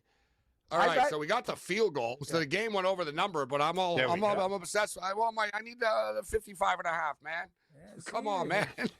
The original. I can't even believe they even did that. That's due to Winnipeg's ineptness. They're absolutely. What can you say? I don't even care about the injury. This team has Calgary's owned them. Calgary's been in one league, the Canadian Football League. You have a team that's at the bottom, and now I'm looking at them. They're big, tall receivers. Alford, born in Montreal, went to the University of Utah. He's been the best offensive player. You talked about it, Gabe. VA, he's the MVP of the league right now. The Calgary Stampeders are playing like a 5-1 football team. They look damn good, and their defense is underrated. They got a lot of ball hawks there. They're playing great football all around, and the coaching, everything's perfect. They came into tonight, guys. I tweeted about this earlier. I don't know if you saw, Rob, but I tweeted this earlier. Stampeders lead the league in deep passes, long plays, big plays, 20-yard more plays. You see, they're very aggressive. They throw the ball down the field. They mix it up with quick hits, but they go down the field. And this defense, like Cam just said, they came into tonight with 5 interceptions in 5 games. which led the CFL in interceptions. They have the best plus-minus turnover ratio in the league, too. And how many interceptions do they have tonight? 3? I know there's at least 2. Two or 3. I know they have 2. Feels like maybe 5. 3. It does. Feels like 5. It does. You know? Yeah, and guys, real quick, they came into the season with an entirely new starting defensive unit. And I remember Dickinson 11 out of 12. telling anybody, whoever would have listened, he was saying, we're going to be better than you think. And I didn't, you couldn't see it on paper at that point. But boy, you go through their game logs, and they're not giving up points to teams this year, Calgary. So kudos to them for revamping that defense and being where they are right now after 7 weeks. I got to say this, too. Like, we need more points from Winnipeg. We need anything. Like, do you guys have a brother that can return a kick? Like, enough for the white Polish guys. Like Saskatchewan a few weeks ago. Dude, like, what are we doing here? Like, this guy, the white Polish guys will get you after good 2 field yards position every time. He's actually been pretty good tonight, Gabe. It's just, I know it's that in-game line. Yeah, I know. I'm just taking it out on him. He's a nice returner. I know. Don't get mad at the Polish drywall team from Winnipeg. Wolotarski. I've been kidding for years, Rob. Like, they always have these, like, Polish dudes from North Dakota State or whatever. Like, it's amazing. Hey, Wojnowski's like shown. Like, there's like all of them. Like, Gabe, and now they're going to tease us. Winnipeg is the Polish capital of Canada. I do a show with a guy from Winnipeg. They say pierogies everywhere. They have pierogi contests there. Yes, no, they're not. That's why I said. Like, they said they're trying to like please their local fans. Sign a couple of Polish guys. Polish guys. Yeah, they love Poland.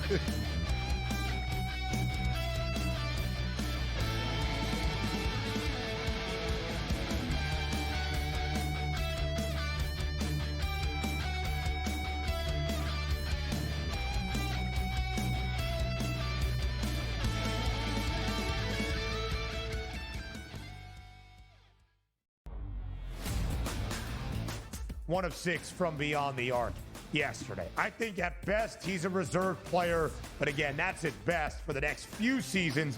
I don't think he has a 7 to 10 year NBA career.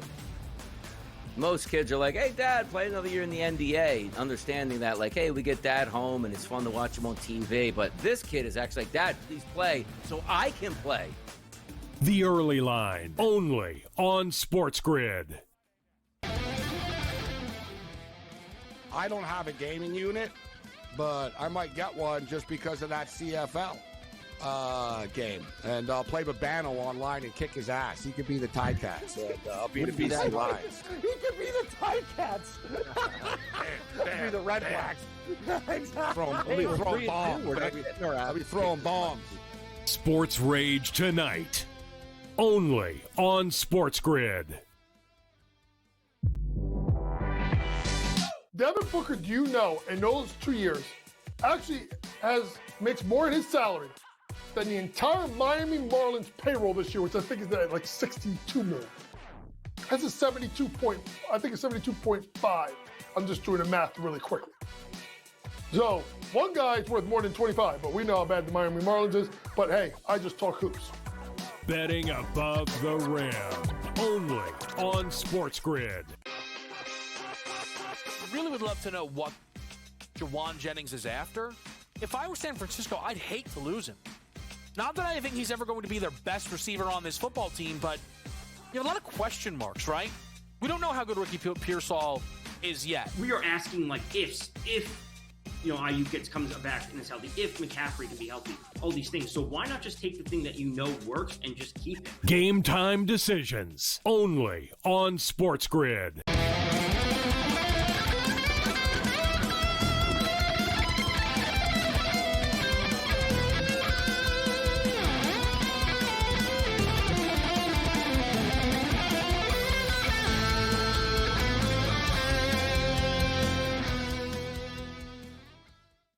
Man, I've been saying it for you, those of you that just joined us. I've been talking the last hour.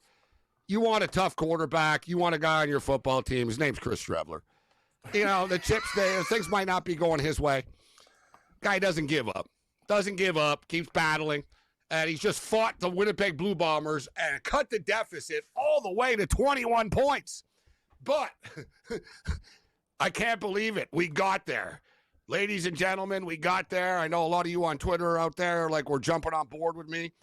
and have a misguided confidence in my CFL picks. And they're like, oh, Morency, if you're in, I'm in. I'm like, yeah, over 55.5, Rob. Let's go. And dear God, that was a sweat job, Vito. What did you have on this? I know you had the over, but the in-game, what did you have? Yeah, no, I didn't get involved in the game. I did wind up with a split because I had the full game over, had the Winnipeg side over 27 points tonight, 27.5 points tonight, so they won't get there. But I'll gladly take the split after what I saw here tonight, Gabe. I mean, thank goodness for the free points given to Calgary on the pick six, and for your in-game over, thank goodness for Chris Streveler's mighty warrior Look lead at this, of the team. it barely was caught, man. Oh my God. This guy, he was wide open, Cam. I know, The receiver was like on the ground, like it was like the catch of the century there, guys scooping it. Like, it was like, oh if God. Chris like, Streveler you know what I mean? was on run, punt, and pass, I don't think he could pass more than 24.5 yards. That's a good serious. point. Like a young, fat Andy Reid would have beat it. Like a 13-year-old Andy Reid beats Chris Streveler. Andy Reid would he can throw it further, kick it further. Yeah, exactly. I'm Andy Reid, man-child. That's the best. I love Andy Reid as a kid. He's a monster. I don't want to be one of these like modern millennial like whining bitches when it comes to betting and stuff like that, but I think I speak for everybody. Like Streveler, I don't want to be a jerk and stuff, but you should probably retire like soon after this year. Like you're done. Like you suck. They actually ripped him on the panel, like, and one guy, back. I remember, he goes, I don't think Streveler's the guy if Collaros is hurt, whatever. And then David Sanchez goes, well, we got to look in the game versus BC, gentlemen. He threw three yeah, he threw a touchdown in one game. Have you I don't want to be like jerk throw? night and stuff, but Yeah. David Sanchez is often like put it this way. I want to go to the dispensary that David Sanchez goes to because he says a lot of whacked out stuff. I'm like, dude, I don't know what you're even saying. Like that THC level's high. David Sanchez, he's like the Tony Finn, Rob, of the TSN panel. Like David Sanchez will say something, and it's almost like, dude, none of us understood like what you said. Yeah, like he sort of mutters something, and like so, and then every time he has a take, you're confused after about it. So do you like Calgary or Winnipeg? Like what do you want? like he's sort of like he was a good player. And sometimes he has good takes from a player perspective. Like sometimes he is smart where he's like, listen, this receiver is going to torch this DB. Not a lot of people will give you that in the CFL, right? So he knows the players, he knows the matchups, but he's very awkward speaking. 41-20 is going to be the final score. Well, this Calgary Stampeder team, Rob, their win total was 6.5 on the season, Vino, and they're going to be 5-1 right now, buddy. That's insane, huh? How about that? I mean, isn't that one of the ones you played, Gabe? Didn't you have this team over 6.5? Yeah, I mean, over 6.5. And how about this? I got the Argos under 11.5, and they're 1-5. Those were the two best bets we had, Rob. I wish we hit the Brinks truck because it couldn't have started any better with Calgary over and Toronto under. Like that. There's PJ Walker in victory formation. Wow, Vernon Adams got to be this Stamps team. I wish I had futures on them. I'm not saying like it's the start. The CFL, as Gabe, it's a very long season, but there's a lot of things I like. Well, we did. Me and McInnes talked about it in the offseason. They were 30-1. We pulled the trigger on it. You have 30-1 on these guys? I wish I had that ticket. I just got their wins 30-1. In the offseason, Rob, the Calgary Stampeders were 30-1. And good eye by McInnes. I saw it too because he brought it up. I was like, yeah, I'm on it already. And it was like, all right, I'm a big Vernon Adams guy. I like what they were doing in the offseason. Figured, they can make the playoffs. You make the playoffs, anything can happen. Dude, they were coming into tonight. They were like plus 550, plus 600. Now they're going to be like, plus 300 or something like that. But their last 3 weeks are great. I mean, the last 3 wins they've had are great. They're beating good teams, yeah. Yeah, they friggin' had a delay, Rob, where they were sleeping in dorm rooms in Saskatchewan due to the forest fires, and they went out there and that's a good point. Kicked the crap out of the home team. Like they didn't just win. And it caused a short week for them this week too, as far as work week goes. The delay of a day for that game. So after 3 games, Vernon Adams had no touchdown passes. Now he looks really good. Well, you know what, buddy? He threw for like 1,000 yards in those 3 games too, right? And one of those games was that monsoon game as well.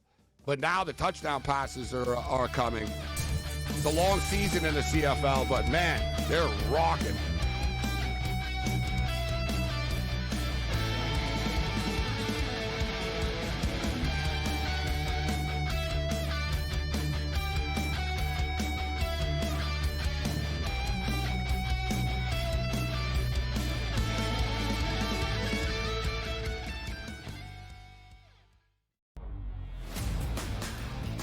1 of 6 from beyond the arc yesterday. I think at best he's a reserve player, but again, that's at best for the next few seasons. I don't think he has a 7 to 10 year NBA career. Most kids are like, hey, Dad, play another year in the NBA, understanding that, like, hey, we get Dad home and it's fun to watch him on TV. But this kid is actually like, Dad, please play so I can play. The Early Line, only on SportsGrid. I don't have a gaming unit, but I might get one just because of that CFL game. And I'll play Babano online and kick his ass. He could be the Ticats, and I'll be the BC Lions. He could be the Ticats. Could be the Red Blacks. Exactly. I'll be throwing bombs. I'll be throwing bombs. Sports Rage tonight, only on SportsGrid. Devin Booker, do you know, in those 2 years, actually makes more in his salary than the entire Miami Marlins payroll this year, which I think is at like $62 million. That's a 72.5. I'm just doing the math really quickly. So one guy is worth more than 25, but we know how bad the Miami Marlins is. But hey, I just talk hoops. Betting above the rim, only on SportsGrid. Really would love to know what Jawan Jennings is after. If I were San Francisco, I'd hate to lose him. Not that I think he's ever going to be their best receiver on this football team, but you have a lot of question marks, right? We don't know how good Ricky Pearsall is yet. We are asking like ifs, if Ayuk comes back and is healthy, if McCaffrey can be healthy, all these things. So why not just take the thing that you know works and just keep it? Game time decisions, only on SportsGrid.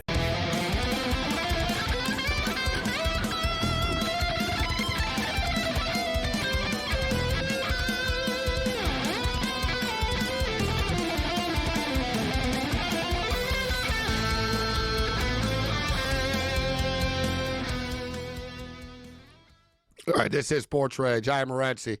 I said everyone not to speak before, but let me know when Tony Finn, if Tony Finn is, there's a Tony Finn sighting. I told everyone not to speak before. Yeah. If Tony's in the green room, give us a shout. Yeah. Yeah, it told us that. The Golden State Warriors. I don't know where you guys came up with that. Like Golden State Warriors 2015. That was the best. Yeah, I think it was Golden State, guys. What? No, sorry. We don't have Golden State, they check in Golden State 2013. Like, then after the commercial break, we're not really sure. We're not sure about that. All right. So Rob Vino in the house with us. 41-20 final score. Wow. Chris Trevler, 16-25, 136 passing yards, 2 interceptions. Vernon Adams, 16-24, 268 yards. 3 touchdowns, 1 interception. Alford, 2 receptions, 79 yards, 2 touchdowns, 41-20 final score game. I can't say it sailed over the number. It was a sweat job, but we got a late 10 points in this football game. Okay, so let's move forward here. The Rough Riders tomorrow, the BC Lions. Suddenly, these games become big because Winnipeg look like they're faltering here. Who knows about Caleros? And BC were on the ropes at 1-3. Suddenly, Calgary become the hunted, and you get the BC Lions. Rob, I'm liking what I'm seeing. Like we were slow to come around here. I got frustrated with Buck Pierce, but you look at this team, you could tell the chemistry is there, right? The defense is starting to play better. The O-line is giving Nate Rourke more time to work with. They got a ground game going with Butler averaging nearly 6 yards, like 5.8 yards a clip on the ground. And Nate Rourke makes all the difference in the world for this team. I know from firsthand experience, guys, and I've seen it live, that the Rough Rider fans generally take over the building. It's like their one big road trip of the year. They have the upper deck open for the game tomorrow in Vancouver, which they normally don't do. The upper bowl of the stadium, because it holds like 55,000 people, etc. So normally they put like tarp over the upper bowl, but the upper bowl is open tomorrow. I don't know, can I talk myself into this, Rob, that the BC Lions are going to win this game tomorrow? And the total's 52.5. What's your take? Well, before I make a play on this game, I have to know if you're bringing your neighbors to the game or not, because who you bring to the game has a bearing on what happens to BC. If you go by yourself, true. Maybe Maybe. Well, let's talk. Well, what's the numbers, Ron? Well, Gabe, what's the numbers with certain people? I'd like to hear. I'm disappointed to say. Well, we won that game, actually. We won in the second half. Things got better. And I think they saw it on Twitter, actually, because I sort of casually invited them to another game. And she gave me kind of a look, and I didn't realize that. I heard the other day she follows me on Twitter. I didn't think she did, so. But tomorrow. Let's tomorrow I'm not going. It's almost criminal. It's like the first time like it's a home game and I'm not going. I have a flight, bro. Like I got to be at the airport at like 6 a.m. type of deal on Sunday morning. I can't be at football games on Saturday evening like with that. If it was a 2-hour flight, sure, but it's one of these like cross, it's a 5-hour flight plus airport experience. And of course, so it's the one game I'm not going to. My phone rings today. I never answered. It says unknown. I decide to answer it, and it's the BC Lions of all people. And they're like, "Hey, how you doing? Can you be a guest? You'll be a guest at the game tomorrow, and can you be a guest on the pregame show and halftime show and stuff?" They said you could do the pregame and the halftime, or you could do both, whatever you want, type thing. And the fact that they called me like 24 hours before the game, clearly someone canceled on them. But the fact that they're thinking nice of me. Invitation, though, yeah. Yeah, the fact that they're thinking. So, but I told him, I said, listen, by chance, whatever, I got a band reunion tour thing I got to do, and I'm leaving town. But August 16th, I'm going to do it. And it's against the Montreal Alouettes, actually, too, so that'll be fun. Was that the dude that you met at the Super Bowl where we got on his radio show, that guy? Remember when we were down there, the BC Lions play-by-play guy? It's Julio Caravetta and Bob Movjanovic. Yeah, Bob. The play-by-play, the local radio station of the Lions. But see, I won't be there, Rob, to affect it. But I got to be honest with you. This is pretty crazy. This is the third year in a row that the weekend the Riders play, I'm doing something musical. I remember last year I was in the studio the day that the Riders played. 2 years ago before that, I was in a studio playing. This year, by chance, I'm going to be on a plane. I got this. So it seems like the middle of the summer, and the Lions have lost every time. I've only been to one Lions loss, guys, in like 6 years. It's pretty wild. They don't lose when I go. Doesn't matter who I go with. They don't lose, right? And I don't go to every game. I go to out of the 9 of them, 6 of them. I'll miss a few of them due to circumstances, but I won't be there tomorrow. Normally, I don't like betting on the Lions against the Riders, but it's also revenge from a couple of weeks ago. Give me the BC Lions, guys, to get it done. We'll get Cam's picks in a second. What's your pick, Rob? Lions, Riders, over, under? Well, I really think it should get over the number. I mean, they had 521 yards last week, BC did. I know it was Edmonton.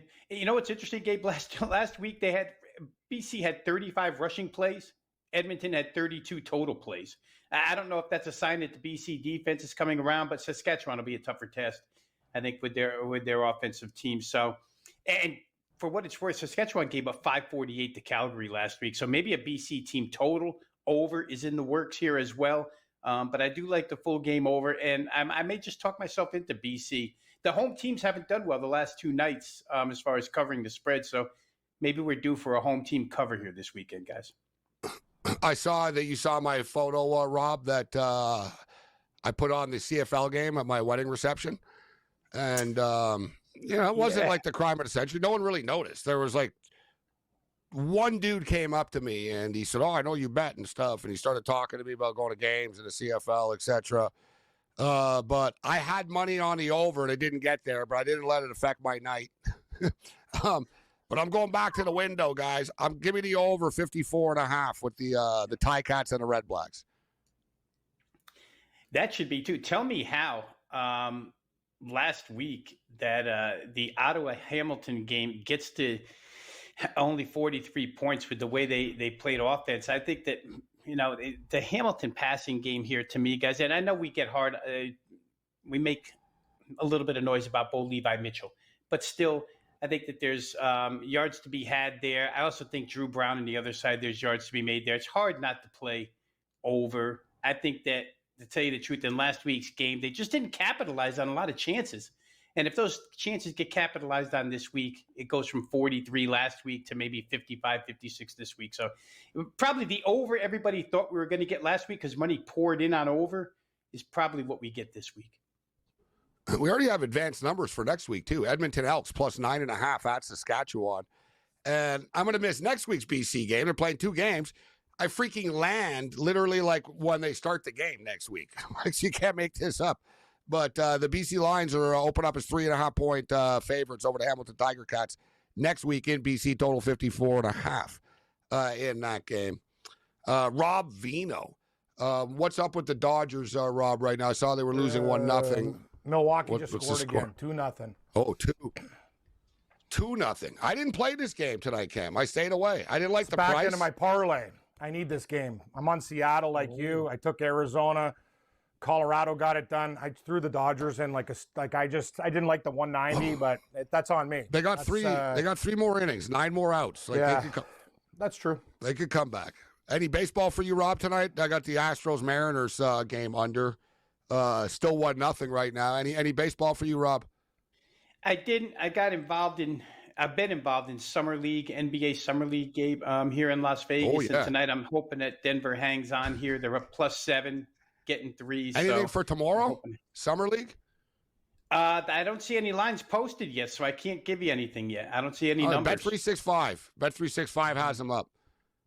You and I are over bettors, Rob. I don't think Sacramento and Toronto get to 185.5. I think the Raptors are going to win, and they're going to get it done on defense tomorrow. Rob Vino, WagerTalk.com.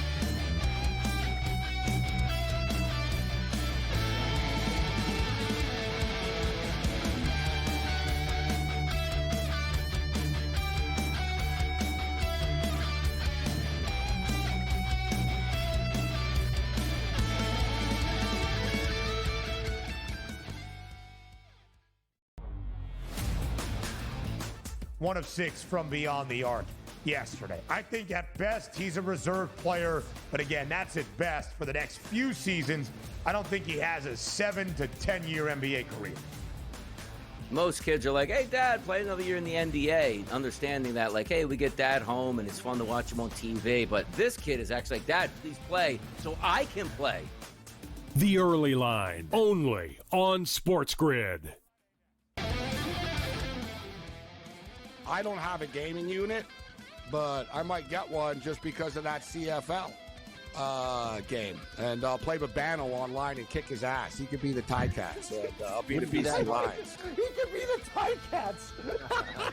Be the Red Blacks. Exactly. I'll be throwing bombs. I'll be throwing bombs. Sports Rage tonight, only on SportsGrid. Devin Booker, do you know, in those 2 years, actually makes more in his salary than the entire Miami Marlins payroll this year, which I think is at like $62 million. That's a 72.5. I'm just doing the math really quickly. So one guy's worth more than 25, but we know how bad the Miami Marlins is. But hey, I just talk hoops. Betting above the rim, only on SportsGrid.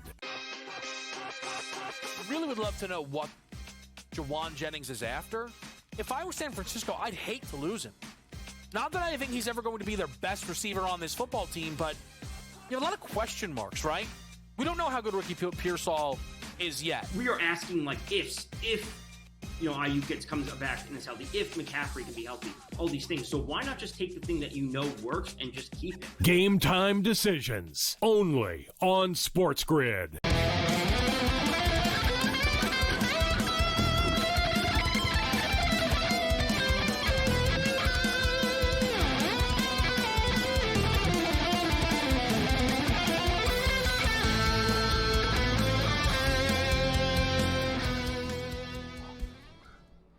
This is SportsRage. I'm Morency. Thanks to Rob Vino for kicking with us. WagerTalk.com. 7-0 D-backs over the Cardinals. 1-0 Mariners over the Astros. This is a nice pick. We're on the Mariners to win, and we got under 7.5. 1-0 right now. In-game total is 2.5. And we're in the 7th inning right now. Seattle have played Houston tough over the years. They've had some tough losses, but they battle with them, especially when they're in Seattle. This is a big series for the Mariners. I don't know. I don't think the Mariners, and it was brought up earlier that, can the Mariners win the division? I thought coming into the year that, they're okay. They got a puncher's chance of doing this and stuff, but they're trailing by 5 games. So I would be hard pressed to think they're actually going to come all the way back and, enough that Houston's going to collapse that much. But big series, especially for the wild card stuff, right? Like the Mariners, whatever, baseball's like golf. It's so long. Don't worry about what other people are doing. Just keep on winning games and you'll be fine. And, worry about it in the last week of the year. Look at the standings then and just, do your best now. And, Seattle, if they keep winning games, they'll be one of the wild card teams. Blue Jays picked up where they left off. Thought they should have been, when I was on Pharrell's show earlier today, he asked me what I thought about the baseball card tonight. And I said, Chris Bassett, if you look at his road-home splits dichotomy, he's pretty much dominant at the Rogers Center, and he gets lit up. He doesn't get lit up. He's hit or miss on the road. So they were minus 140. Verlander hasn't won a game. He gets beat up all the time. And lo and behold, the Blue Jays put an early 4 spot. Tomorrow, they have Lauer on the hill. And, yeah, it's Logan Webb. Okay. But as hot as the Blue Jays are, you're getting plus 100 with the Blue Jays tomorrow. That's they're not getting a lot of respect from the odds makers coming out of the break here. You got to take them again. I'm considering it. And Lauer, too, has been better than advertised. I don't know how long he's going to go. He's mostly a guy that can probably give you, 4 or 5. But I'm going to say this. You're absolutely correct. That line today was ridiculous. Justin Verlander's been rocked. The Jays got to him early. Guy can't get out of the third. It's just one of those situations where, they played great. And Chris Bassett got squeezed, I thought, a little bit tonight, too. But he just, he was angry, but he kept it under control. And the Blue Jays had a magnificent performance defensively, too, Gabe. They're just, it was really nice to see. Coming out of the break, you got the Giants in town, and you take care of your business in the first game, and the Braves kick the crap out of the Yankees. Could be a special summer and fall in Toronto. It looks like the Blue Jays are a playoff team.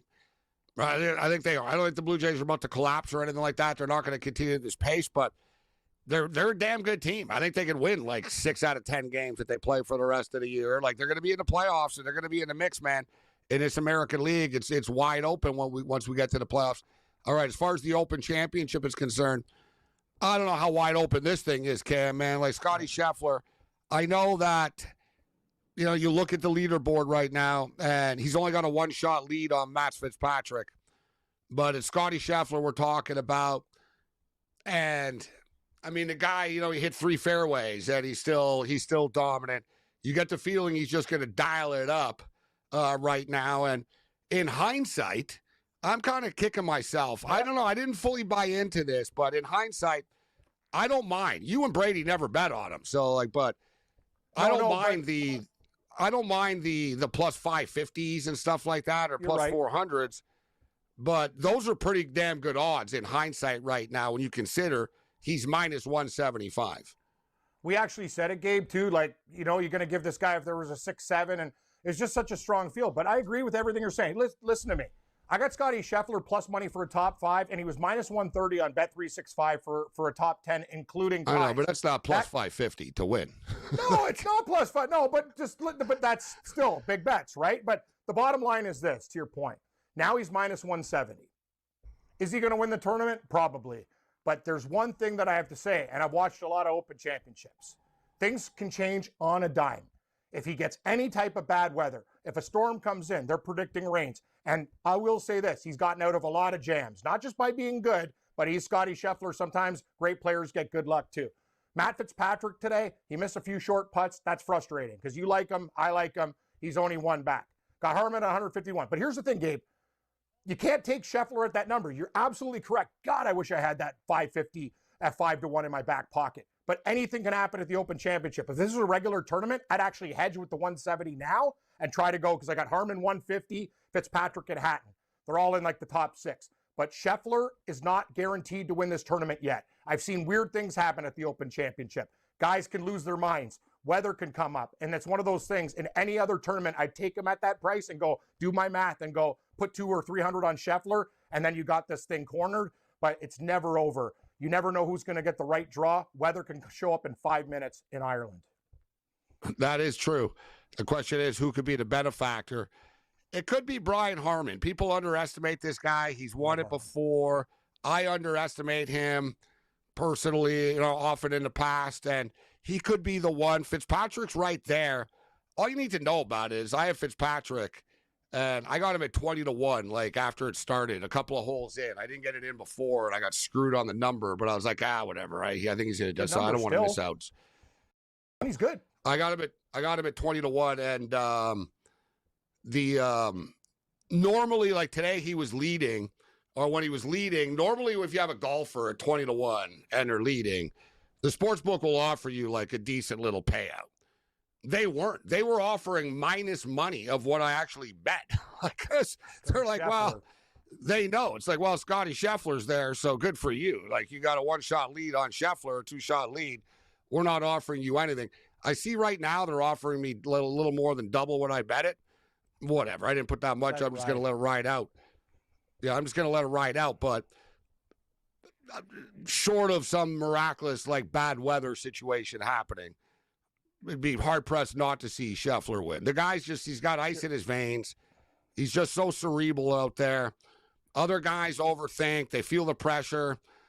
I didn't think, like, when I talked about it earlier in the week, I just sort of, he seemed kind of not bored, but he seemed kind of tired. Like, he was happy that it was the last major, but he's clearly dug down deep. And I saw earlier in the day today, the Chambly guy from the Golf Network was comparing some of his stats to Tiger Woods. It was pretty crazy. I'll tell you on the other side.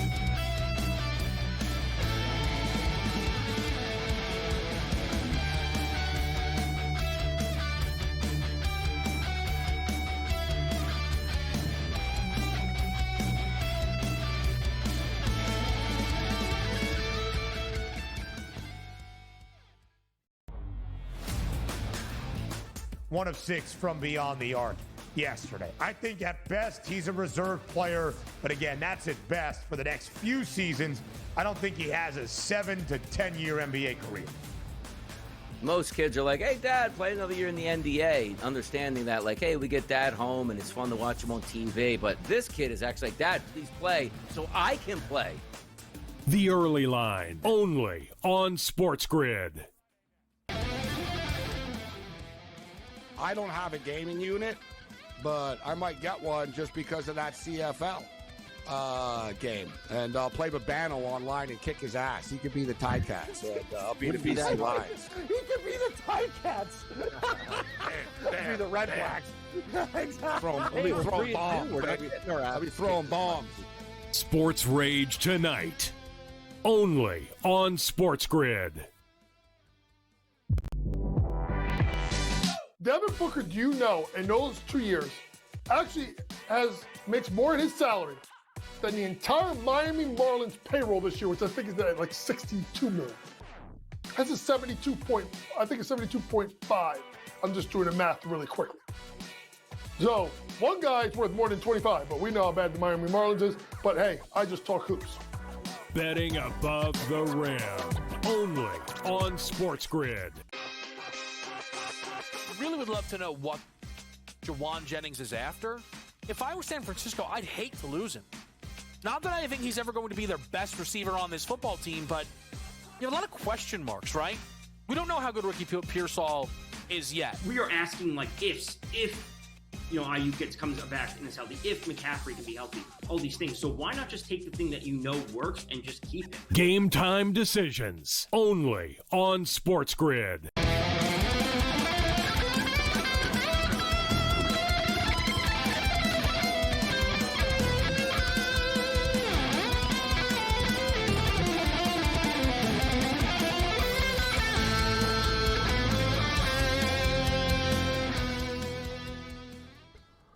This is SportsRage. I am Gabriel Morency, the pits, the players, the hustlers, the people, the bust, and everybody else in between. All right, so looking ahead to tomorrow, as we mentioned, the NBA Summer League down to the Final Four right now. So just for the people, you're going to look at the board, and you're like, all right, what's the format or this or that? You're going to see a bunch of teams playing, whatever. The other teams are just playing, and they have like the final standings at the end, right? So whether you're going to finish in 8th place or 12th place or whatever the hell it is. But so you got a full slate of games. But at 4:00 Eastern, the Sacramento Kings get 3 points against the Toronto Raptors. Raptors are 3-point favorites. The total is 185.5. I think it was 186.5 earlier in the show. 185.5 now. Raptors minus 160 on the money line. Me and Cam talked a lot about this Raptor team. I got them plus 350 to win the Summer League. I think they're going to beat the Kings. The Kings are all offense. The Raptors are all defense. And the Raptors caused 30 turnovers last night against Golden State. Dude, like midway through the fourth quarter of that game last night, like the Golden State players like wanted to like go to the casino, like it's in Vegas. Exactly. Like they were done. Yeah. Like Toronto was just constantly slapping the ball, blocking shots. Like they don't let up, and they like it. Like the kid, the kid from South Carolina said after. He goes, man. He goes, nothing better. Like we're feeding off of this defense, and no one's scoring on us. So, like they want this. So do the Kings. You know, the Kings have been putting up points, but I think the Raptors are going to win the game, guys. I think they cover the 3, and I think it goes under because it's sort of correlated. I think the Raptors will win, and I think they're going to win because they're going to frustrate the Sacramento players because it's sort of like who the hell plays defense in the NBA Summer League, right? Like type of deal. Like normally the Summer League is like, all right, listen, we score, you score, and we'll see what happens at the end. And, you know, they're trying to like, you know, showcase themselves. The Raptors are playing like street ball. So give me the Raptors minus the 3. Let's go under the 185.5. And then you got Charlotte and Oklahoma City, which I don't have as strong of opinion on because I'm not a Charlotte or Oklahoma City fan. I've been following the Raptors daily. I don't know, Cam. I mean, Oklahoma City, all they do is win this team. I'm not getting in front of them. I don't know. I like Delano. He's kind of he says he likes like I disagree with him on the one dog, but the Charlotte Hornets I can get behind. They've been playing very solid basketball. I like to take teams like Charlotte. I know Oklahoma City get great. It's almost. I know. I understand that. But I do agree with all your complete take on the Raptors. I'm going to tell you, Gabe, this draft pick is going to turn out amazing. The thing is, right now, the Raptors are playing relentless defense, and that's contagious, as exactly what you said. I think Sacramento could get frustrated by the Raptors' aggressive D. And I agree with you. I think the Raptors are going to win, and I prefer under over the over. And I will take, I lean Charlotte. Let's just say, I put it this way, if I was going to bet the game, I would take Charlotte over Oklahoma City. I'll be on Max Holloway tomorrow night. I have all the respect in the world for Poirier. Big fan of his, but I think it's going to backfire. Lou brought it up earlier. I brought it up last night or earlier in the week as well. Fighting at home at times could be an advantage. Number one, like, it's not like the old days. Like 20 years ago, guys, like we were covering this stuff, and it used to be like, oh, yeah, you know, all the Americans are going to Brazil. And, you know, you weren't going to win there. And there were certain just sort of things that it was set in stone. That left a long time ago. Like, it's a fight. Like, do you really think, like, you know, like home field advantage in football matters sometimes because, the crowd's loud in the end zone and they can distract, you know, get a false start penalty once in a while.